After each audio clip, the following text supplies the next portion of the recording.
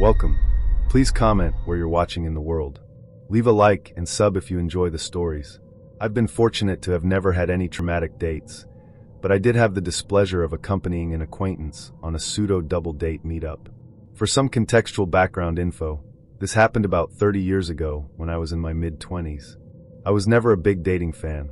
While I am an effusive and passionate person, I don't like the plethora of game playing and posturing that seems to be an ingrained aspect of dating.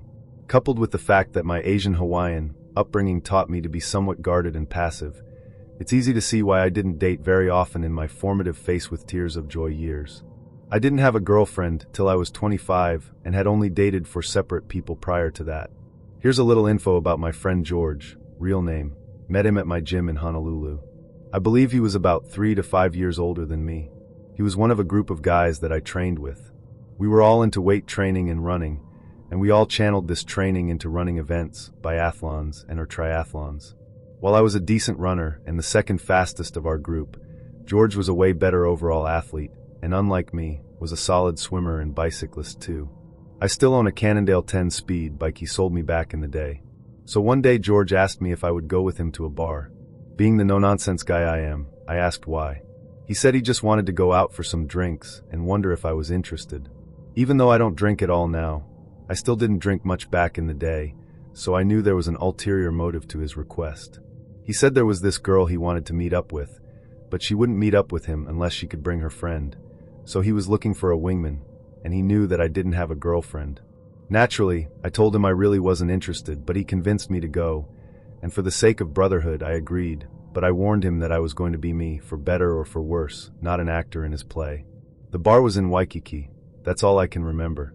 Typical crowd, girls in nice dresses, guys in silky long-sleeve polyester shirts with big collars and gabardine pants. I wish I was making this up, but I'm not. It was corny and goofy in the 1980s. Trust me, rolling on the floor laughing. We find the girl and her friend at the bar. Shocker. George starts talking to his lady, henceforth referred to as Irma. Not her real name, at least I hope not, face with tears of joy, while her friend and me remained silent, save for a few words of introduction.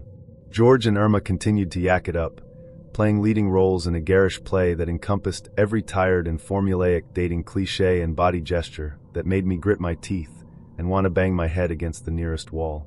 At some point, the conversation turned to working out and exercising, which we could all relate to. Irma, in classic diva mode, had to mention, "I don't like working out because I get too hot."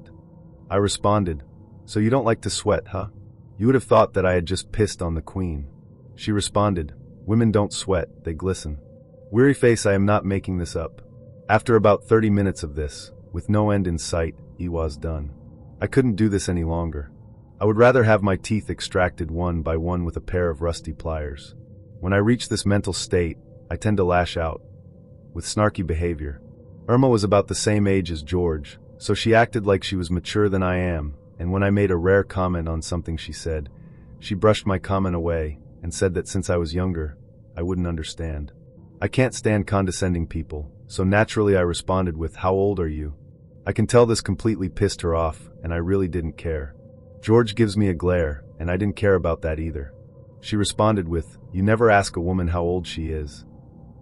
I defiantly responded with, "I just did," and I walked out of the bar.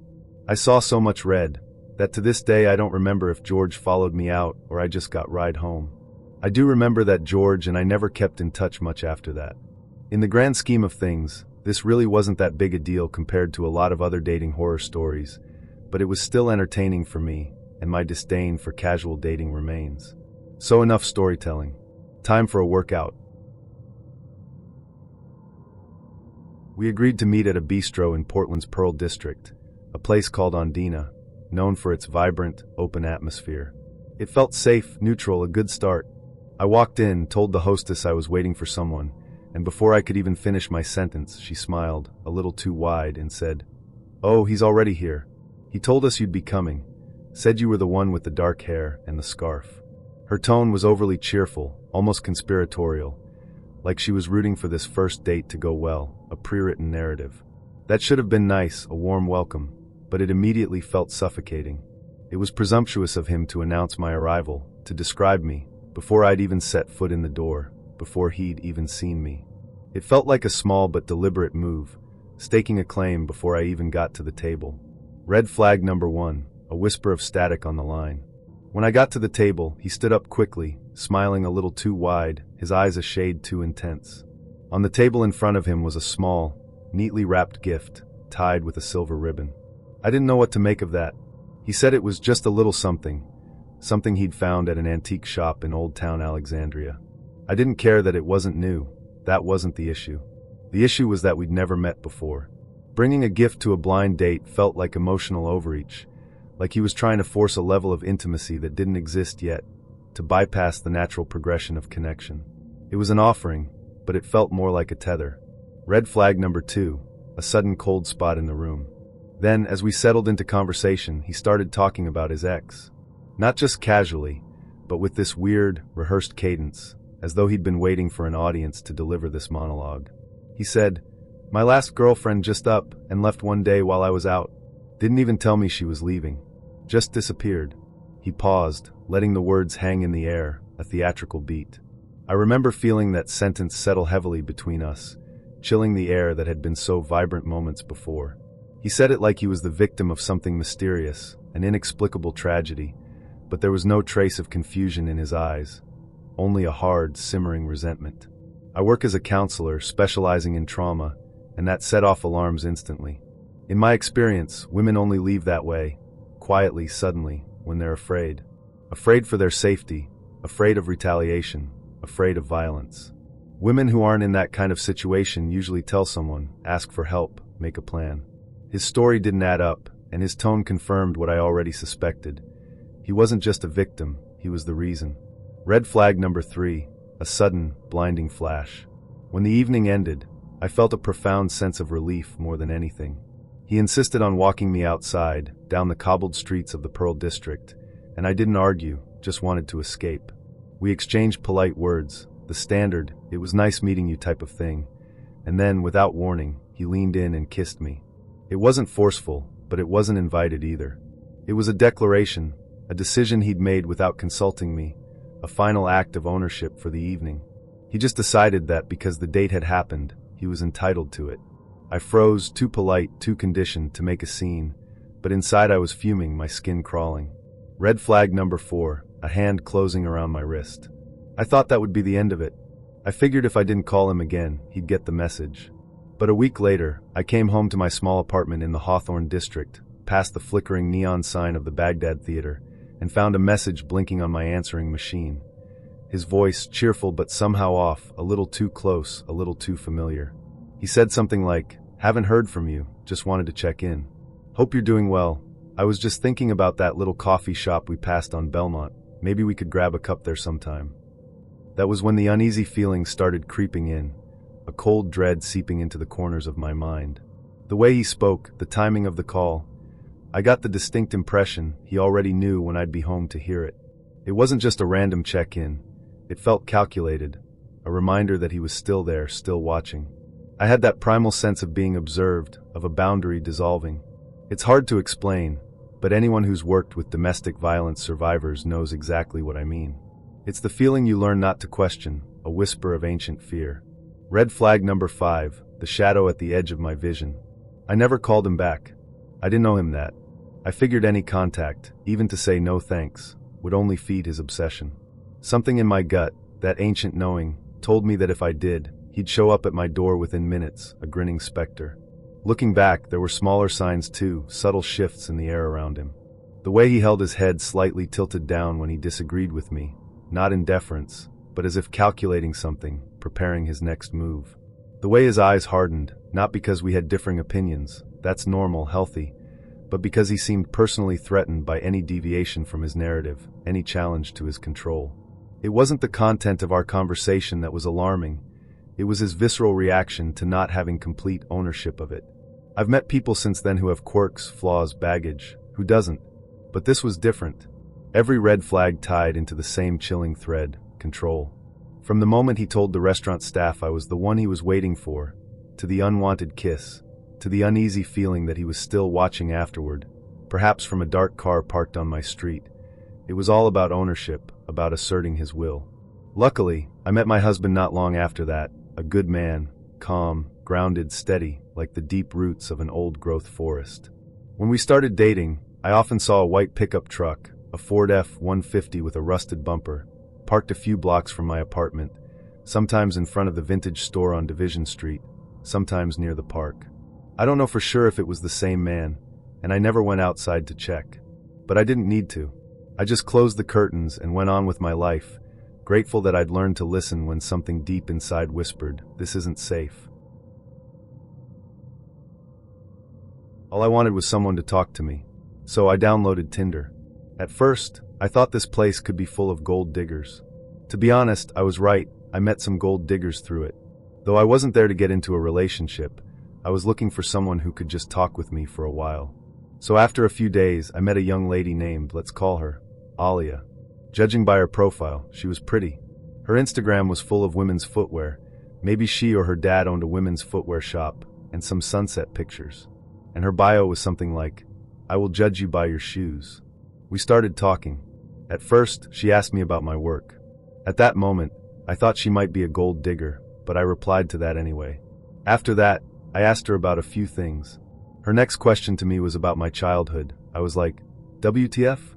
A gold digger never talks about such things, right? Further conversations were completely normal, and after a few days, she shared her number with me, after which we decided to meet. I picked her up, and we decided to go to McDonald's. When I first saw her, she was adorable, and the black leather jacket and black t-shirt, she looked really lovely on her.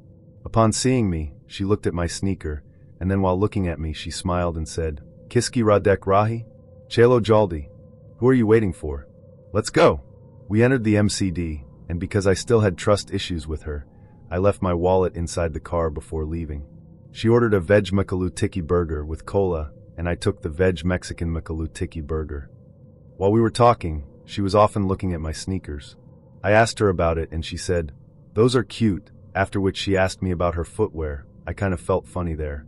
I almost lost it and was about to laugh, but controlled it. I said they looked nice. While we were ordering food, I acted as I forgot my wallet at home and told her so. In return, she said, "Koi bat nahi. Mi pay card dedi hun." Don't worry. I will pay. At that moment I was shocked. When we left, I told her the truth. She seemed mad a little bit, but before she could say anything, I said, "Let's go for a movie right now, and this time I will pay." Whenever we meet, we still hang out sometimes and Alia always judges my shoes. Kind of a weird story, but still I found a sweet friend on Tinder. Buckle up, people. This happened December 2017. Involved police and a broken pelvis, smiley face. I matched with this guy on Tinder, and we decided we'd meet up at a cafe. Now me being a lass, I wouldn't mind paying the bill, but the first red flag was this guy telling the cashier he doesn't have change. Like, okay, I could just pay, but his excuse was rubbish. I saw his wallet, and he wasn't even poor. Okay, so we sat down and talked, and I noticed this guy kept twitching here and there. He kept rolling his eyes. When I asked him about it, he claimed to have epilepsy. But then when we were about to part ways, he told me he was on meth. Now at this point I was like, FK this SHYT, I'm out. But the next day he asked me to attend this work party with him as friends, which was fine with me. After the party, I decided to go to his place. I never had sex with him or did anything with him. To sleep for the night, as it was quite a distance back to my place and public transport had closed. But just so happened that night, his housemate was celebrating her birthday, so we both had a few drinks, and I decided to sleep in his room for a bit. I even set an alarm. Now this is the start of the fucked up part. Let's refer my Tinder date as Ron. While I was sleeping, I felt someone kiss me, and then proceed to touch me. At first I thought I was dreaming, but then I felt a sharp pain in my vagina, as if it had been scratched by nails, and jumped. To my surprise, I saw two heads, as dark as silhouettes in front of me. As I tried to get up, and they held me down. I tried to scream and kick around. They ran out the door, left me alone in the room. As I switched on the lights, I sat on the floor, my back leaning on the door, crying. What the hell just happened? I did not see Ron until a couple hours later at 4 in the morning. He told me he went out to buy cigarettes, but I guess he went to buy drugs. As I told him his housemates harassed me, he didn't believe me, and instead called me a whore for seducing them. Now this is the even more effed up part. He kept implying his theories into my head, and made me go crazy. I was emotionally weak. I just wanted to go home. The next day, I told Ron I'm going home, so I walked to the station. He wanted to follow for whatever reason. Along the way to the station, he kept spewing his stupid theories to me, like he blamed me for being drunk, or me staying too close to the culprits. Mind you, I never even talked to them until stuff happened. I got so fed up I told him to shut up and stay away from me. And when I reached the train station, I fell down the stairs. Police ahead, this is the most effed up part. I am still traumatized and depressed whenever I think back. I woke up in the hospital, I did not remember what happened, and I could not move my legs. I woke up to an inspector asking me questions like, "Are you on drugs?" Or "Why did you jump?" I was so confused, I wasn't sure what just happened. That night, the police told me they had found meth in my bag, and they have a suspect, and I might know the suspect. So when the police showed me a picture of Ron, tears ran down my eyes and I had trouble breathing. I could not feel my face. I was so scared, but I told them what happened to me. They took my statement and opened a case for me, did a rape kit test, tested my blood for drugs, etc. They told me they will get back to me once they've taken the suspect's statements. It took me a few months to fully recover. In the end, Ron got deported back to Canada. He's Canadian, can you even believe it? The culprits were bailed out of jail and fled to another state. And that's my traumatizing Tinder experience. Congratulations if you made it this far. Thanks for reading. This is just 80% of the story, as I fear it will be too damn long to write the entire thing. Edit. I came back to read the comments to see what kind of feedback I got. Yes, I know I made a stupid mistake, and it was one hell of a lesson for me. Too much of a price to pay, in fact. Never again am I going back on Tinder. It's better to meet people in real life, even though it's not that easy. And it is much better to always be aware of your surroundings. But hey, it was my own mistake. I am owning up for it and doing the best I can to improve myself. I really appreciate the positive feedback as well, and I am doing very well today, and I just graduated college, continuing my master's next summer. Thanks guys, much love XXXX. Also, I am not from India, but I am in Southeast Asia. My test results showed I was clean from anything, no STDs or baby or drugs. I was 26 when it happened. She was 34, married, gorgeous, confident in a way that only older women are. We met online, one of those random chats that start with harmless flirting and end up crossing every line imaginable. She was from Delhi, sophisticated, the kind of woman who looked like she'd never been told no. Within a week, our conversations turned explicit. She told me her husband was always traveling, and that she wanted to cheat on him with someone younger. With me. At the time, I was newly single and thought the universe had finally rewarded me for my heartbreak. Sleeping with a married woman had always sounded like one of those impossible fantasies, something you laugh about with your friends, but never actually expect to happen. But there she was, beautiful, older, and completely unfiltered about what she wanted. Our first meeting was in my apartment, a 3 BHK I shared with 2 other guys. She came over on a Friday night, dressed like she was walking straight out of a perfume commercial, tight jeans, red lipstick, and a dangerous kind of confidence. We barely made it past the door before things got wild. That night, we slept together 4 times, and I remember lying there afterward thinking, this can't be real. That one night turned into weeks. For nearly a month, we met every few days, sneaking into hotels, my apartment, and even her car once. She had a high sex drive, always with a new fantasy, a new what if she wanted to try. I counted roughly 20 times we hooked up in total.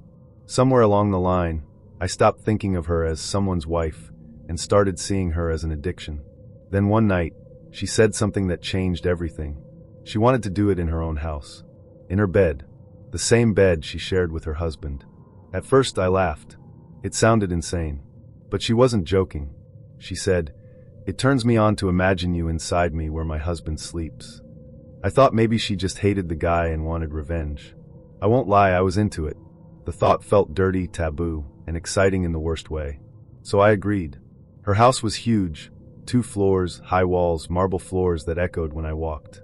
You could tell her husband had money. She greeted me in a silk robe, kissed me at the door, and led me upstairs to their bedroom.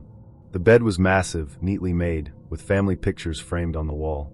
It was surreal, like walking into a place I wasn't supposed to exist.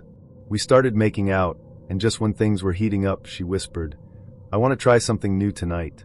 She pulled out a pair of handcuffs from her drawer and smiled. "Let me cuff you.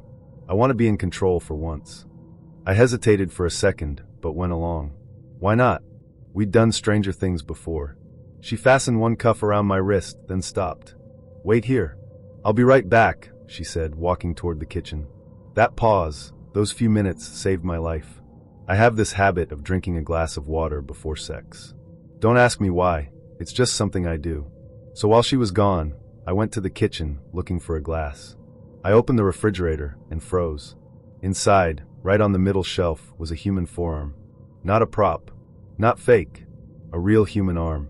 The skin was pale bluish. The hand was curled slightly, and there were still fingernails on it. For a moment, I couldn't breathe. My brain refused to register what I was looking at. I felt the room spin. Then she called from upstairs, her voice echoing through the hall. Babe, where are you? That snapped me out of my paralysis. I didn't think, I just ran. I bolted out of the kitchen, down the stairs, through the front door, barefoot and half-dressed. My shirt was still inside, but thank God I still had my jeans on. My phone and wallet were in the pocket. I didn't even look back. I just ran down the street like a madman until I saw a Puma outlet. I walked in, bought the first t-shirt I saw, and slipped it on, still shaking. While waiting for a cab, my phone buzzed. A new message. From her. I think you forgot your t-shirt, winky face. I swear my stomach dropped. That smiley face, it was the coldest, creepiest thing I've ever seen. I unmatched her immediately, blocked her number, deleted every message. The next morning, I packed my bag and flew back to my hometown. I didn't tell anyone the full story for months. Even now, when I think about it, my chest tightens.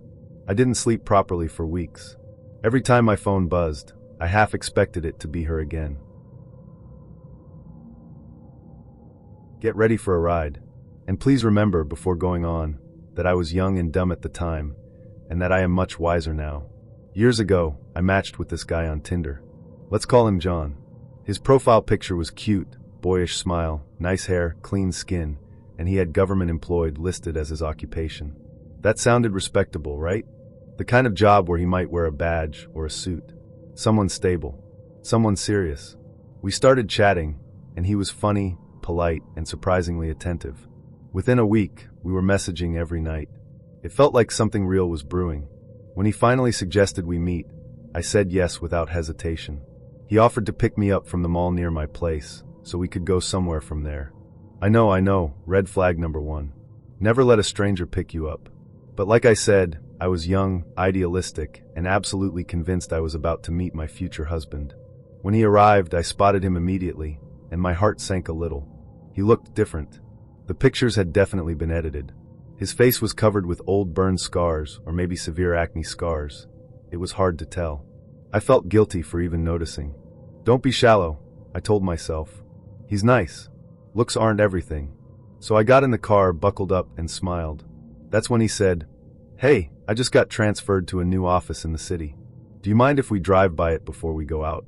I just want to see where I have to park and go in tomorrow." "Sure," I said, excited. In my head, I pictured him in some sleek government building downtown, maybe in a gray suit holding a clipboard, all official and important. I imagined him scanning his ID badge through some high-tech glass door while I waited, impressed. Except as we drove, I noticed we were heading toward the RFK bridge. That's away from the city. I frowned, trying to stay calm. "I thought you said your office was in the city?" I asked carefully. "Oh, yeah, it is," he said quickly. "I work for the government, sanitation department." "Oh, sanitation. Now, don't get me wrong, I have zero issues with sanitation workers. They work hard and make solid money with benefits. But the thing was, he hadn't said sanitation on his profile. He said government employed, which, to be fair, was true, but definitely misleading. I had envisioned a man in a crisp shirt with a badge clipped to his belt. Instead, I was sitting in the passenger seat of a sedan rolling into what looked like an industrial wasteland. We slowed down near what I can only describe as a garbage facility. The air got heavier, the smell stronger. I pressed my nose discreetly against my sleeve. At least I won't have to get out, I thought to myself.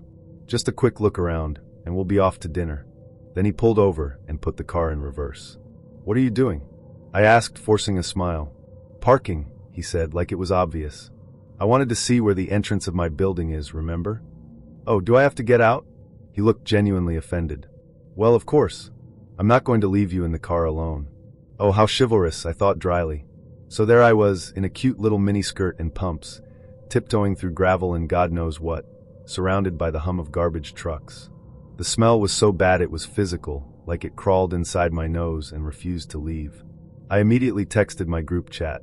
If I go missing, John from Tinder did it. Car, gray Toyota Corolla. License plate, redacted. Currently standing in the middle of a garbage dump.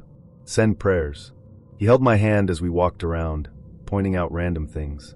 That's where the trucks come in, he said proudly, as if giving me a tour of a museum. I nodded politely, pretending to care while my soul quietly left my body. This is it. I texted my friends again. This is how I die. After about 10 agonizing minutes of walking around garbage, John clapped his hands and said cheerfully, "Well, I guess I have to feed you now, right?" "No, really, that's okay." I started. "I insist," he said, cutting me off with a grin. Next thing I knew, we were back in the car, and I was praying he'd take me to a normal restaurant. But no. We stopped at a seedy little diner that looked like it hadn't seen a renovation since the 80s. Flickering fluorescent lights, a cracked vinyl booth, and the faint smell of stale fries. I could see bugs hovering near the lamps, and the ketchup bottle on the table looked older than me. John sat down like this was his favorite place in the world. He ordered a hamburger.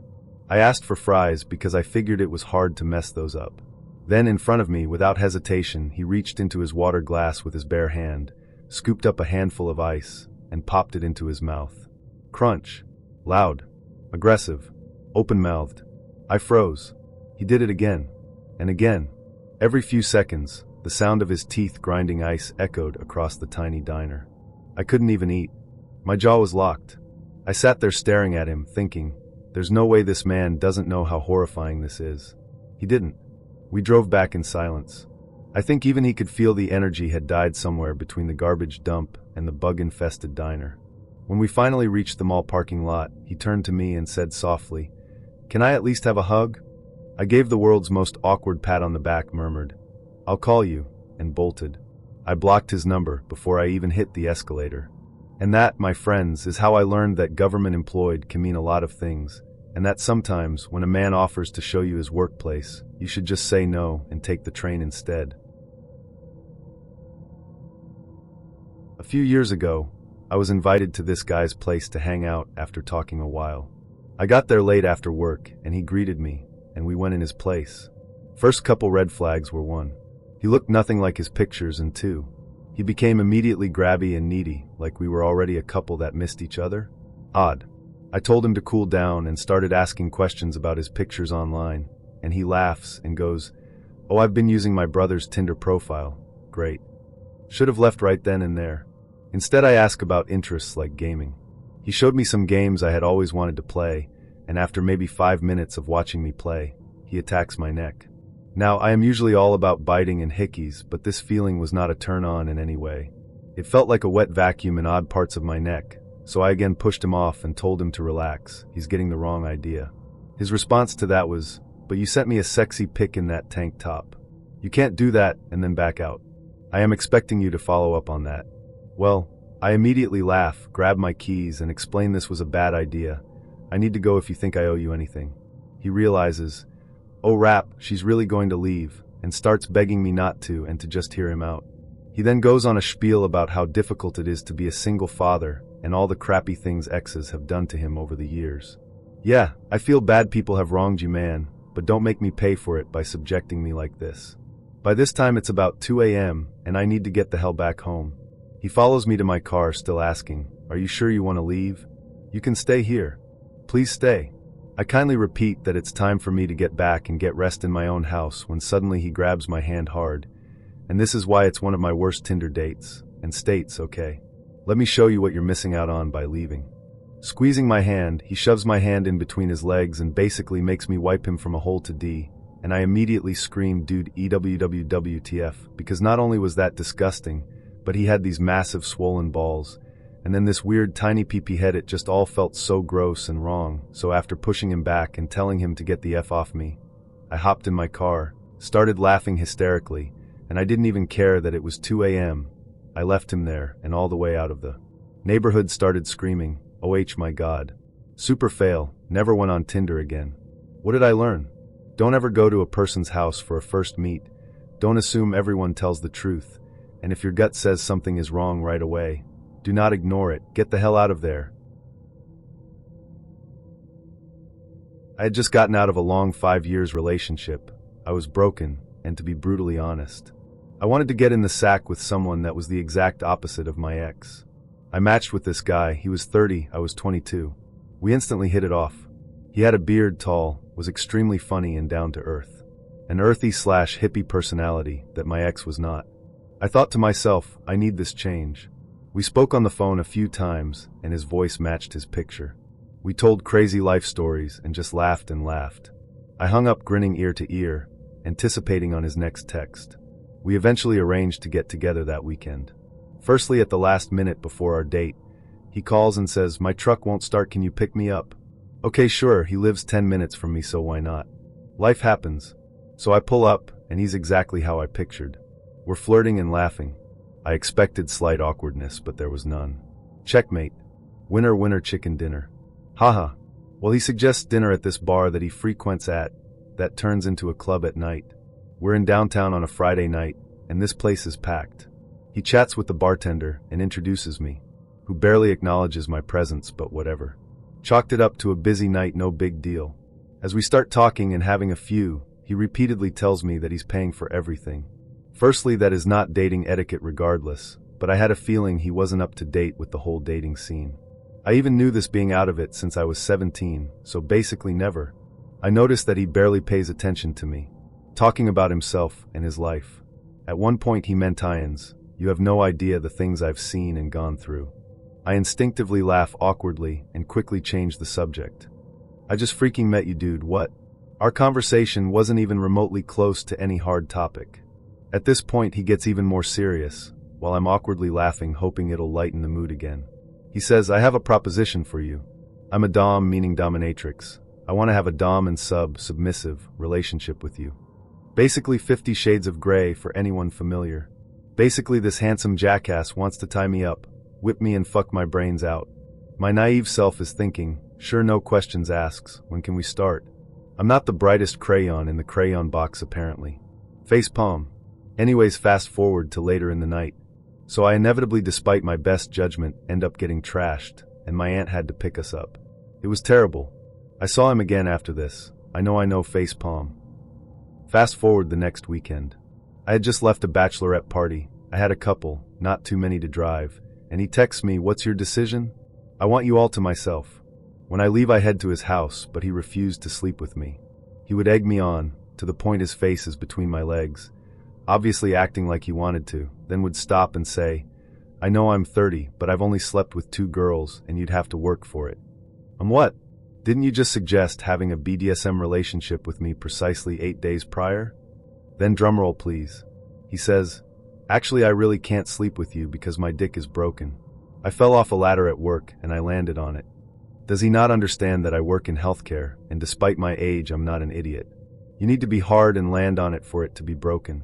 Not while it's flaccid. What an idiot. Is blue balls a thing for women? Because I definitely had it big time. Anyways, turns out he is a felon. Disclaimer, : I do not judge people from their past histories, but he had multiple armed robbery charges, assault, drug possession, and DUI on his record for the past 12 years. Most recent was just months prior to meeting him. Thank God for Google. I can only imagine what would have transpired had he tied me up, and would have probably done unspeakable things to me. So yeah, I dodged a bullet there. Wish he wasn't so attractive though.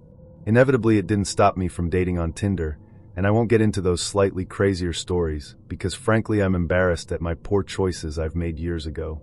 But was the most unbelievable Tinder story I've got. Only a few people know this, and I would hate for my colleagues or classmates see this, so yeah, thank God for anonymity. Also, Google your date. Get their last name, and when they become defensive, explain it's for protective purposes. Unless you're a weird, then stay off of Tinder. Hope you all enjoyed my story. I'll probably get the most upvotes for this, compared to my linked account stories, but my womanly blue balls aren't nearly as big as I thought they were. Haha. Once upon a time, I spontaneously asked out a customer of mine on a date. Her name was Rebecca, but went by Reba. When I asked her if she had any idea when she wanted to go, she suggested right after I got off my shift. Considering that I had nothing going on that night, I accepted those terms. Also invited was my co-worker Ally. She and I usually finished our shifts at the same time, and I often gave her a ride home from work. She was also a couple of months pregnant, but the father was not in her life. We went to a nearby sports bar, and Reba ordered drinks for all of us while Ally and myself were in the bathroom. As a rule, I don't drink alcohol, and Ally was underage and pregnant at the time, so she couldn't drink either. When we told Reba this, she started crying and calling herself a mess. She then proceeded to show us a fresh-looking bruise that was located on her leg. Apparently her boyfriend had kicked her earlier that day during a fight. They had only been dating 4 months. According to Reba, he was both physically and mentally abusive, and she wanted out. Ally and I did our best to help console and advise her. However, the more she drank, the more incoherent, upset, and defiant she became. At one point, she said that she needed to go outside for a smoke to calm her nerves. I am not a smoker, so Ally went along with her, leaving me alone. Soon after they left, a 40-something woman sitting at the bar came up to me and told me that she was watching us and thought I was cute. She asked me if I wanted to join our group so that we can have a foursome. Sensing that she was a prostitute, I told her I wasn't interested. However, the woman was undeterred. She then started describing in graphic detail how the 4 of us could all have sex with each other at the same time, and even started to demonstrate it by straddling my lap. Right as that was happening, Reba and Ally came back. I explained to them that the woman wanted to have a foursome with us. Reba became angry and told the woman that I was 21. The woman asked me if that was true, and I confirmed it. Then she backed down, stating that she wasn't one to take advantage of someone so young, and went back to the bar. Shortly after the woman left, Ally excused herself to play pool with some guys she knew, leaving me and Reba alone. We got to talking about our lives, and she told me some dark stories about her family and experiences growing up. By the end, she apologized for her behavior and said that she really liked me. I told her that I liked her too. Then she grabbed the front of my shirt and pulled me in for a kiss. Not only was I reluctant to do that, but it was absolutely the worst kiss I ever had in my life. Not only was it sloppy, but her breath tasted like a combination of cherries and cheap cigarettes. Reba seemed to recognize my reluctance, and when we were done, she started breaking down and crying again. I told her that as much as I liked her, the situation was very complicated and that it wasn't a good idea to do what we were doing, especially if her boyfriend was violent. She told me that she respected me for that, but still cried about it. Ally and I offered to take her to our places and crash, but she declined. Instead, she wanted to go home. However, there was one problem. Neither Reba was not in any state to be driving, and Ally did not have a driver's license. So I volunteered to drive them home in my car. After placing the 2 girls in the back seat, I went to Reba's black Mustang convertible to get some of her stuff to bring home with her. As I was exiting the car, I was approached by the woman who wanted the foursome. She told me that I had a nice car. Before I could explain that it wasn't mine, she pulled me in for a kiss and stuck her hand down my pants. I thanked the woman for the kiss, but told her I had to take the girls home and that I likely couldn't afford having her for the night. She stared at me blankly for a few seconds, and I turned back. To this day, I am not sure if she was an overeager prostitute or if she was just a random person who wanted to do some crazy sexual things that night. The entire ride to Reba's apartment was filled with her moaning in pain, begging me to not leave her and to stay the night. I told her I wouldn't leave her and that I would stay. However, when we brought her to the apartment, to our surprise, the boyfriend was there. Rather than being angry at him for being at her apartment without permission, Reba seemed to think this was a romantic gesture and ran to his arms. He sat down on the couch, and she started curling on his lap, crying, and saying sorry over and over again. He thanked us for getting her home safe, and we left. I took Ally home and walked her to her door. She told me how sweet I was and pulled me into a deep, awkward feeling/kiss, and then turned away. Later on, she texted me that while she loved me as a person, she didn't feel that we were sexually compatible. I responded by stating I had no idea she was even considering us being a couple. She responded by telling me that she considered the previous night a date, even though she knew very well that I was interested in Reba. So yeah, that's the night I went on a date with 2 women without knowing it, punctuated by a run-in with a prostitute/nymphomaniac who had the hots for me for some strange reason. I matched with a guy who was pretty cute, in town for business, and obviously made a lot of money. I was 23, single, and looking for a date. I'm not a gold digger, truly, but if someone just, wants to spend money on me, go for it. Free appetizers taste better. That's science. We met up at a bar off the River Walk, the kind with Edison bulbs, reclaimed wood, and a bartender with a handlebar mustache who takes 10 years to make one cocktail. He walked in like a LinkedIn post in human form. Nice jacket and slacks, like he'd just come from a meeting, crisp white shirt with the faintest blue grid, sleeves tailored to the exact right wrist bone. Nice watch, not too flashy but enough to make you look. Belt matched the shoes, brown, polished, not new but cared for. Clean shaven, fresh haircut, side part sharp enough to slice an orange. This guy is cute and knows how to dress. I'm interested. He smiled when he saw me, stood to pull out my chair, effortlessly charming without trying too hard, and I thought, okay, this might actually be fun. While he waited for me to arrive, he'd chatted up someone at the host stand and somehow scored us free tickets to the dueling piano bar down the street. They just gave me these, he said with a shrug, like free things materialize around him. We clinked glasses, did the short polite first date talk at our meetup spot. Where are you from? How long are you here? And then moved on. The River Walk was its usual theatrical self. Tourists in shorts, couples holding hands, boats sliding by like lazy crocodiles, a saxophonist doing something romantic to careless whisper. The piano bar was a thunderstorm of sound. Two guys at grand pianos yelling out songs, audience waving neon sticks, a bridal party commandeering a table like it was international waters. The host stamped our hands, and we got swallowed by the crowd. He leaned down to ask my drink order. Vodka soda. I shouted into the collar of his jacket. He nodded and disappeared like a very well-dressed ghost. I wormed my way out to the patio to breathe. That's where I found him again, 2 drinks in hand, a cigarette between his fingers. Turns out he was a smoker. Gross. No check. Not a deal breaker, but a quiet mental eyebrow raise. He handed me my drink and stood a little to the side, so the smoke drifted away from me. Considerate. Partial check restored. He was very open, honest, and observant. He scanned people the way a designer scans a room, the way a doctor reads a chart. First bachelorette of the night, he said, nodding at a girl wearing a feather boa and the look of someone who has already lost her phone. Give it an hour, she's going to make a speech about sisterhood and start crying. He wasn't wrong. We spent a lot of time people watching, admiring the drunks like they were a moving art exhibit. A guy in a cowboy hat attempted a split. The hat survived, his dignity did not. We talked about work. He said he was involved in medical purchasing. Supply chain for hospital systems, he added. Maybe because I buy expensive things with other people's money, sounds shady out of context. CHing. I told him about architecture and interiors, how clients use the word timeless when they mean gray, how every boardroom thinks a moss wall is the pinnacle of innovation. He laughed in the right places. Then he said the name of a hospital where I'd just finished a lobby renovation and another where I'd worked on an oncology suite. What a coincidence.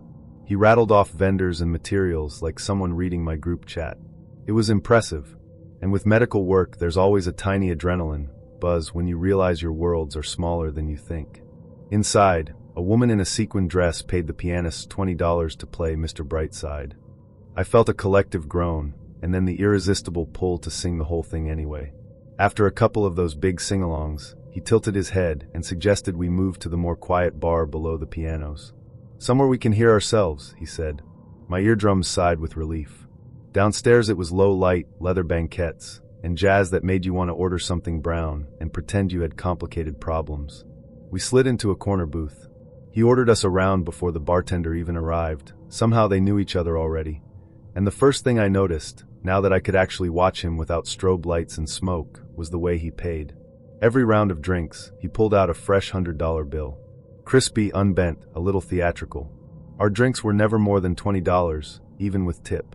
He tucked the change into his wallet without counting it, like math was beneath him. Guess he needed small bills. Or maybe that's just how he traveled, pockets like a cash register. I wasn't mad at it, the bartender wasn't either. He got into some personal things that surprised me for a first date, let alone a hookup situation. Not oversharing, just unguarded. He told me about an older sister who'd taught him how to tie a tie and then moved to Iceland because she likes the weather and the horses. He told me the last time he cried was on a plane watching a documentary about coral reefs. He said he rescheduled a dinner once to fly across the country for a friend's art show because showing up is a love language. Somewhere in there he admitted he can't stand bananas. The texture, he said, making a face so pure and childlike I laughed. It was nice to see he was a real person, and not just a toy for the night. Check. Between stories, he kept noticing things. The crooked picture frame behind the bar. The bartender's new tattoo, a thin-line snake disappearing under the sleeve. The way the couple 3 tables over were fighting without speaking, hands stiff, shoulders turned out, phones placed screen down like shields. He took all of it in with quiet interest. "You're very observant," I said. "Occupational hazard," he replied, then caught himself and laughed. "From work," he clarified, as if work needed protection. A live trio started a slow standard, and the room seemed to exhale. I felt warm and floaty, a little dazzled, a little proud I'd picked such a good outfit for once. He set his hand on the table, palm up, casual invitation. I rested mine on top. His skin was cooler than I expected, maybe from the glass he'd been holding. He didn't squeeze, just anchored, like a promise that he was still listening even when I was the one talking. It started to get late.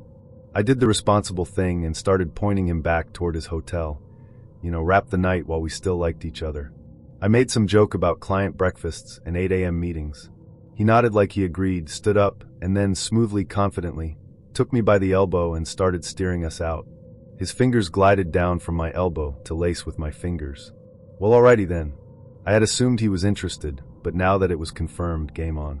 We walked along the river walk again, now softer and blurred, the late-night version where everyone is either in love or about to regret something. We didn't make a big show of touching, but our shoulders bumped on purpose. He asked if I was cold. I said no. He shrugged off his jacket anyway and draped it over my shoulders like a scene from a movie that knows exactly what it's doing. His hotel was close, strategically so, I realized, now that I could see it from the bar's back exit. We crossed the lobby quickly, both of us suddenly shy in the bright lighting. The front desk clerk glanced up and then down, as if trained not to know. We behaved in the elevator, unfortunately, but there was tension in the quiet. He stood a little behind me, my back to his chest without touching, the air between us electric. The elevator stopped at floor 8, and a family got on with a toddler carrying a plush shark by the tail. We both stared straight ahead like well-behaved adults. When they got off, he caught my eye in the reflection and smiled, small, private, conspiratorial. His room was on the 14th floor. Numbers clicked under my feet in that hallway way, soft carpet swallowing footsteps, the distant ding of another elevator like a sonar ping. He opened the door with a practiced flick and guided me in with a hand at the small of my back, polite but possessive enough to make me forget my last name for a second. The room was dim and expensive in that chain hotel way, everything beige and tasteful, somehow exactly what you expected and still impressive. Floor-to-ceiling windows. A view that made the city look like it dressed up just for us. Bridges lit like jewelry, the river a ribbon of black glass, office towers still glowing like they didn't want to be left out. It's nice to see your city from a wealthy perspective. All the problems shrink down to glitter. I wandered toward the window, pulled by it. It's a compulsion. I always check the view first. While I was taking my time admiring, I felt hands at my waist, gently but firmly reminding me that the view he had in mind was not the skyline. He rested his chin near my temple and said, "You like it?" I didn't answer. I just let the city be the only witness to 2 people deciding to stop pretending they weren't going to kiss. I'll only admit that we kept the curtains open. That was his idea. "Why would we close them?" he said lightly, as if the night itself had bought tickets. The city didn't look away, and neither did we. I won't give you details. There's a difference between a story and a diagram, but I'll say that the floor numbers in the elevator felt different after, like each one had a secret we'd stolen. Somewhere in there, I learned he had a thing about music always being on in hotel rooms. "Silence is accusatory," he said, which sounded like a line, but then he put on a playlist that was tasteful enough to be true. He kept checking his phone, not obsessively, just enough that I noticed. I chalked it up to work. He was, after all, in town for business. He set the phone face down each time like a ritual. He set my empty glass down on a coaster, precisely aligned, like even our mess had to be neat. Around 2, I realized I was starving. We debated room service versus the snack bar. He pulled open a drawer, produced a chocolate bar like a magician, and broke it into squares with studied care. "You can tell a lot about a person by whether they share the corner pieces," he said, handing me both. I pretended not to melt. We talked about nothing, the best kind of nothing, the kind that makes you feel like morning is a rumor. At some point I stepped into the bathroom to splash water on my face and found a travel DOP kit arranged like a still life. Toothbrush, tiny cologne, razor aligned parallel like runway lights. He'd tucked in a laundry slip with neat block letters, first name only. Not uncommon, but it made him feel more temporary, like he was always almost leaving. When I came back out, he was at the window again, looking down at the river. He glanced over his shoulder and said, "You ever feel like the city's watching you back?" I laughed, but he didn't. "In a good way," he added, smiling this time, and it was easy to believe him. "I won't tell you whether I stayed until sunrise. I'll tell you that the city definitely did. I'll tell you we waved to it, or maybe it waved to us. I'll tell you the curtains stayed open. I haven't seen him since." My first Tinder experience was an all-time, insanity-filled evening. The kind of night that starts with a little swagger and ends with you staring at your ceiling like you just survived a weather event. This was back in the early days of Tinder, when the bio length was short, expectations were shorter, and most people treated "what are you up to?" like a legal contract that expired at sunrise. We agreed to meet at a local restaurant I knew well. Dim lighting, decent tacos, staff who poured generously and minded their business. I lived a few blocks away, so I got there early to settle the nerves. I grabbed a high top near the window and texted a suave, "Here, thumbs up."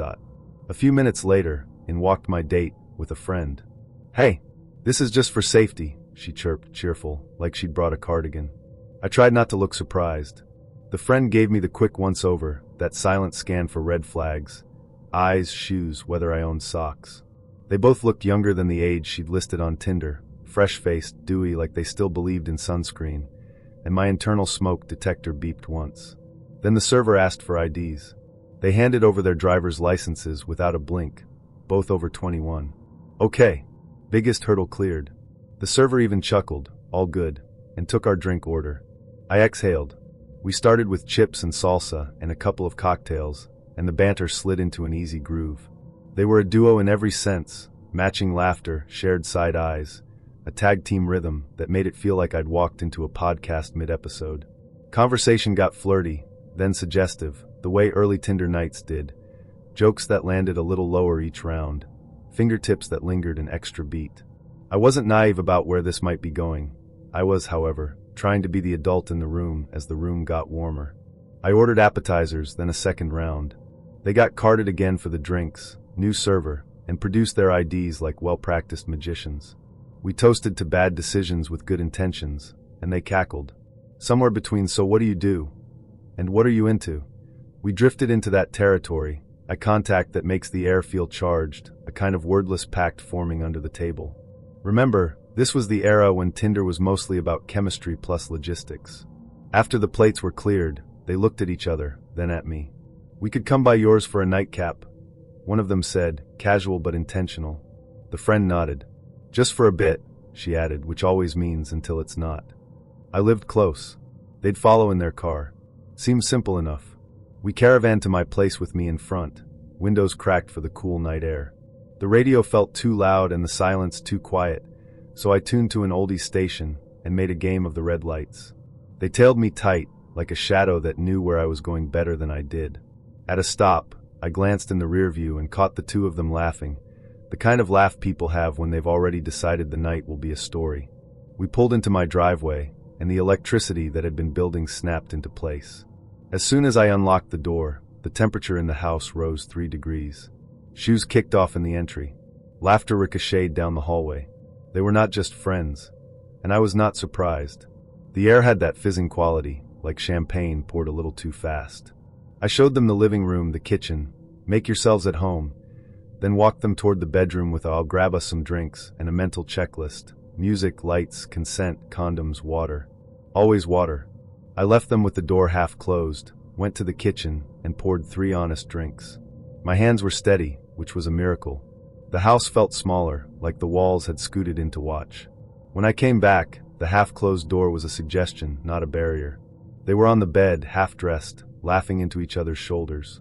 The energy was playful, a little chaotic, charged in that neon way early hookups can be. I set the drinks on the dresser and took a breath.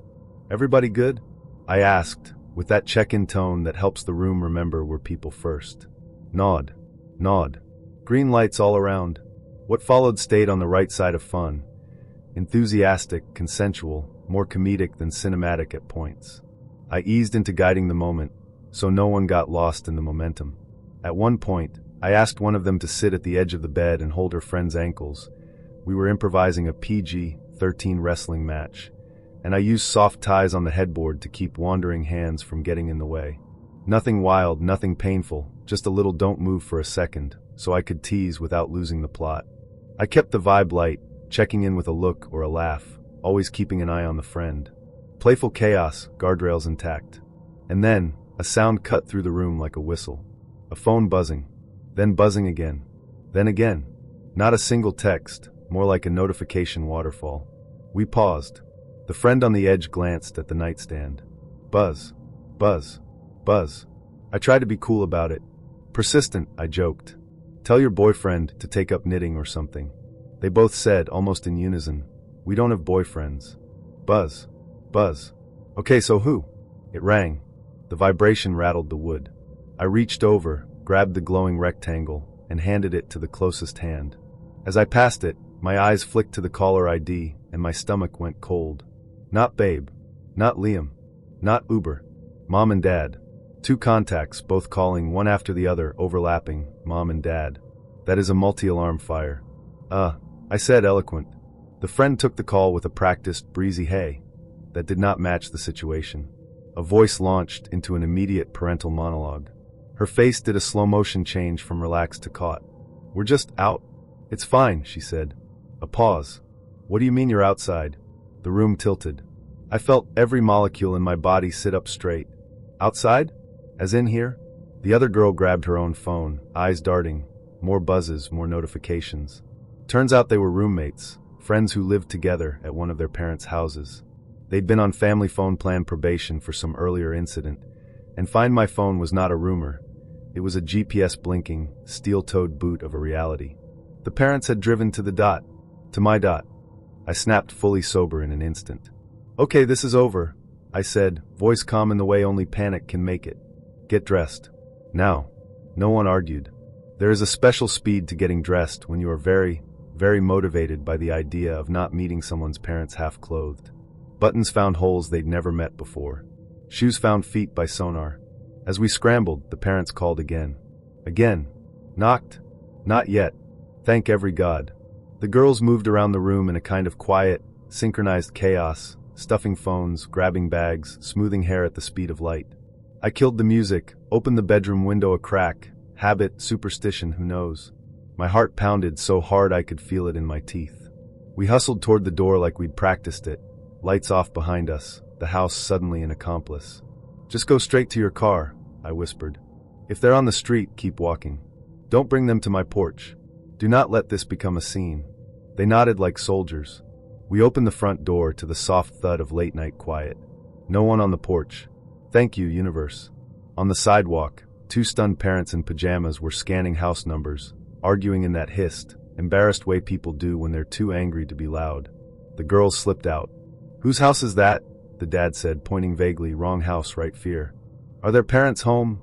The mom snapped, to no one, to everyone, to the night. It felt like I'd woken up in a sitcom I did not audition for. I closed the door softly, locked it, turned off the last light, and leaned my forehead against the wood for a full 10 seconds. Then I paced the length of the hallway 3 times like I was wearing a groove into it. My hands were shaking. Not from guilt. I hadn't done anything illegal or unethical, but from the sheer nuclear awkwardness of almost meeting parents in the middle of a Tinder-era escapade. A cold sweat found me anyway. Through the curtains, I saw the girls reach their car, slide in, and pull away without drama. The parents stood there a second longer, confused by the moon, then got in their own car and left in a cloud of indignation. The street returned to its usual midnight murmur, sprinklers ticking somewhere, a cat performing a personal opera in the hedges. I sat on the edge of my bed and laughed. Not because it was funny, at least not yet, but because my nervous system needed an exit valve. I replayed the night in jump cuts, the IDs at the restaurant, the flirty jokes, the caravan home, the buzzer symphony, the caller ID that turned my spine into a popsicle, the "what do you mean you're outside?" line like a record scratch. I imagined a headline I did not want. Local man explains himself, 2 strangers in robes. I cleaned up the evidence of almost fun. Glasses to the sink, blanket back on the bed, ties back in the drawer like they'd never seen daylight.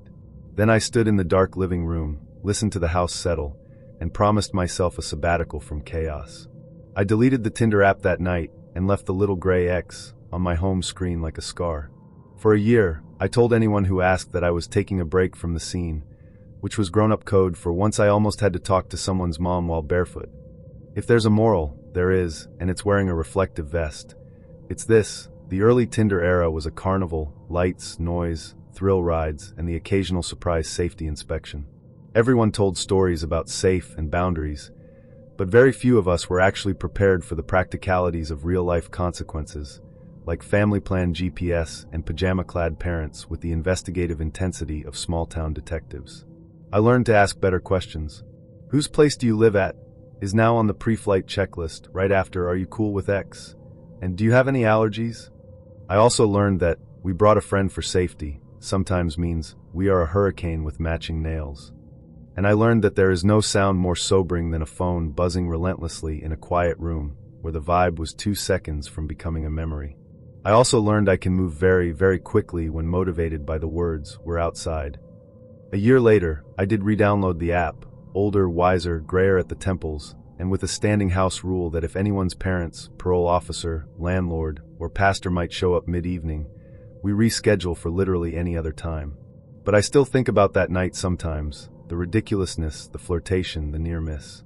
It lives in my personal anthology under comedy/horror, based on true events. A chapter punctuated by the soft click of a front door closing and the distant voice of a mother asking the moon, "Are the parents home?" Can't imagine many people will read this, but I have to mention an unforgettable experience I had using Tinder. Unforgettable in the did that really happen way that makes your friends bring it up at every party. I matched with her on a Tuesday afternoon. Her display picture was the kind that stops your thumb. Soft lighting, cheekbones you could ski down, a mask of glitter across her eyes like she'd stepped out of a music video. I assumed it was a filter or a professional shoot. Still, I sent a simple "hey," expecting it to drift into the void. When she replied within minutes, friendly, funny, using complete sentences, I had that little jolt of, oh, this might be real. We messaged for a couple days, memes, work talk, and that shallow but fun flirty lane you cruise in early on. No weird vibes, no asks for money, no click my link. She said she loved art, music, and curated chaos, which I chalked up to quirky bio speak. Then, out of the blue, she invited me to a secret masquerade ball on Saturday. Not a house party, not a regular club night, a masquerade ball. She wrote, "I can get you and a couple friends VIP wristbands, free drinks, special access." It sounded like something between a rave and a charity gala. My scam radar pinged, but curiosity won. To make sure I wasn't being duped by a very charming bot, I looked her up on Instagram so I could show my buddies.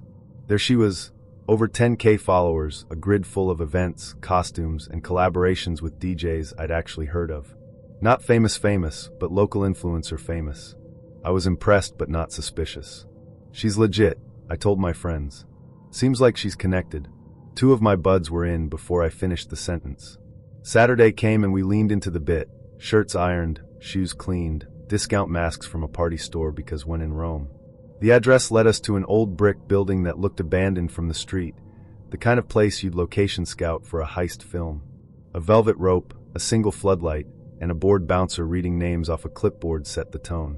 We said our names, he found them on the VIP line like it was the most normal thing in the world, and snapped 3 wristbands on us with those brittle plastic clicks. "Down the stairs," he said, jerking his thumb. The stairs dropped us into a different century. The basement was all cement, low, repeating arches that made the ceiling feel like a catacomb. The walls had been dressed up with faux torches and wrought iron props like a medieval dungeon. The air smelled like old stone, spilled beer, and a hint of something sweet smoky, the way a candle shop smells after hours. A mask check station sat by the entrance. We pulled ours on and laughed at how ridiculous we looked. Then the bass hit my chest, and the ridiculousness faded into the vibe. I spotted her almost immediately, the Tinder girl from the photos, moving through the room like a stage manager, not a date. Clipboard in one hand, walkie-talkie clipped to her waist, eyes everywhere. She looked even more striking in person, a black half-mask with sequins, a bodysuit under a sheer robe, hair pinned up with jeweled combs. We made eye contact for a half second, and I smiled, ready to wave. She breezed by, nodding at a lighting tech. Not rude, just busy. It dawned on me that I hadn't been invited to a date so much as a production.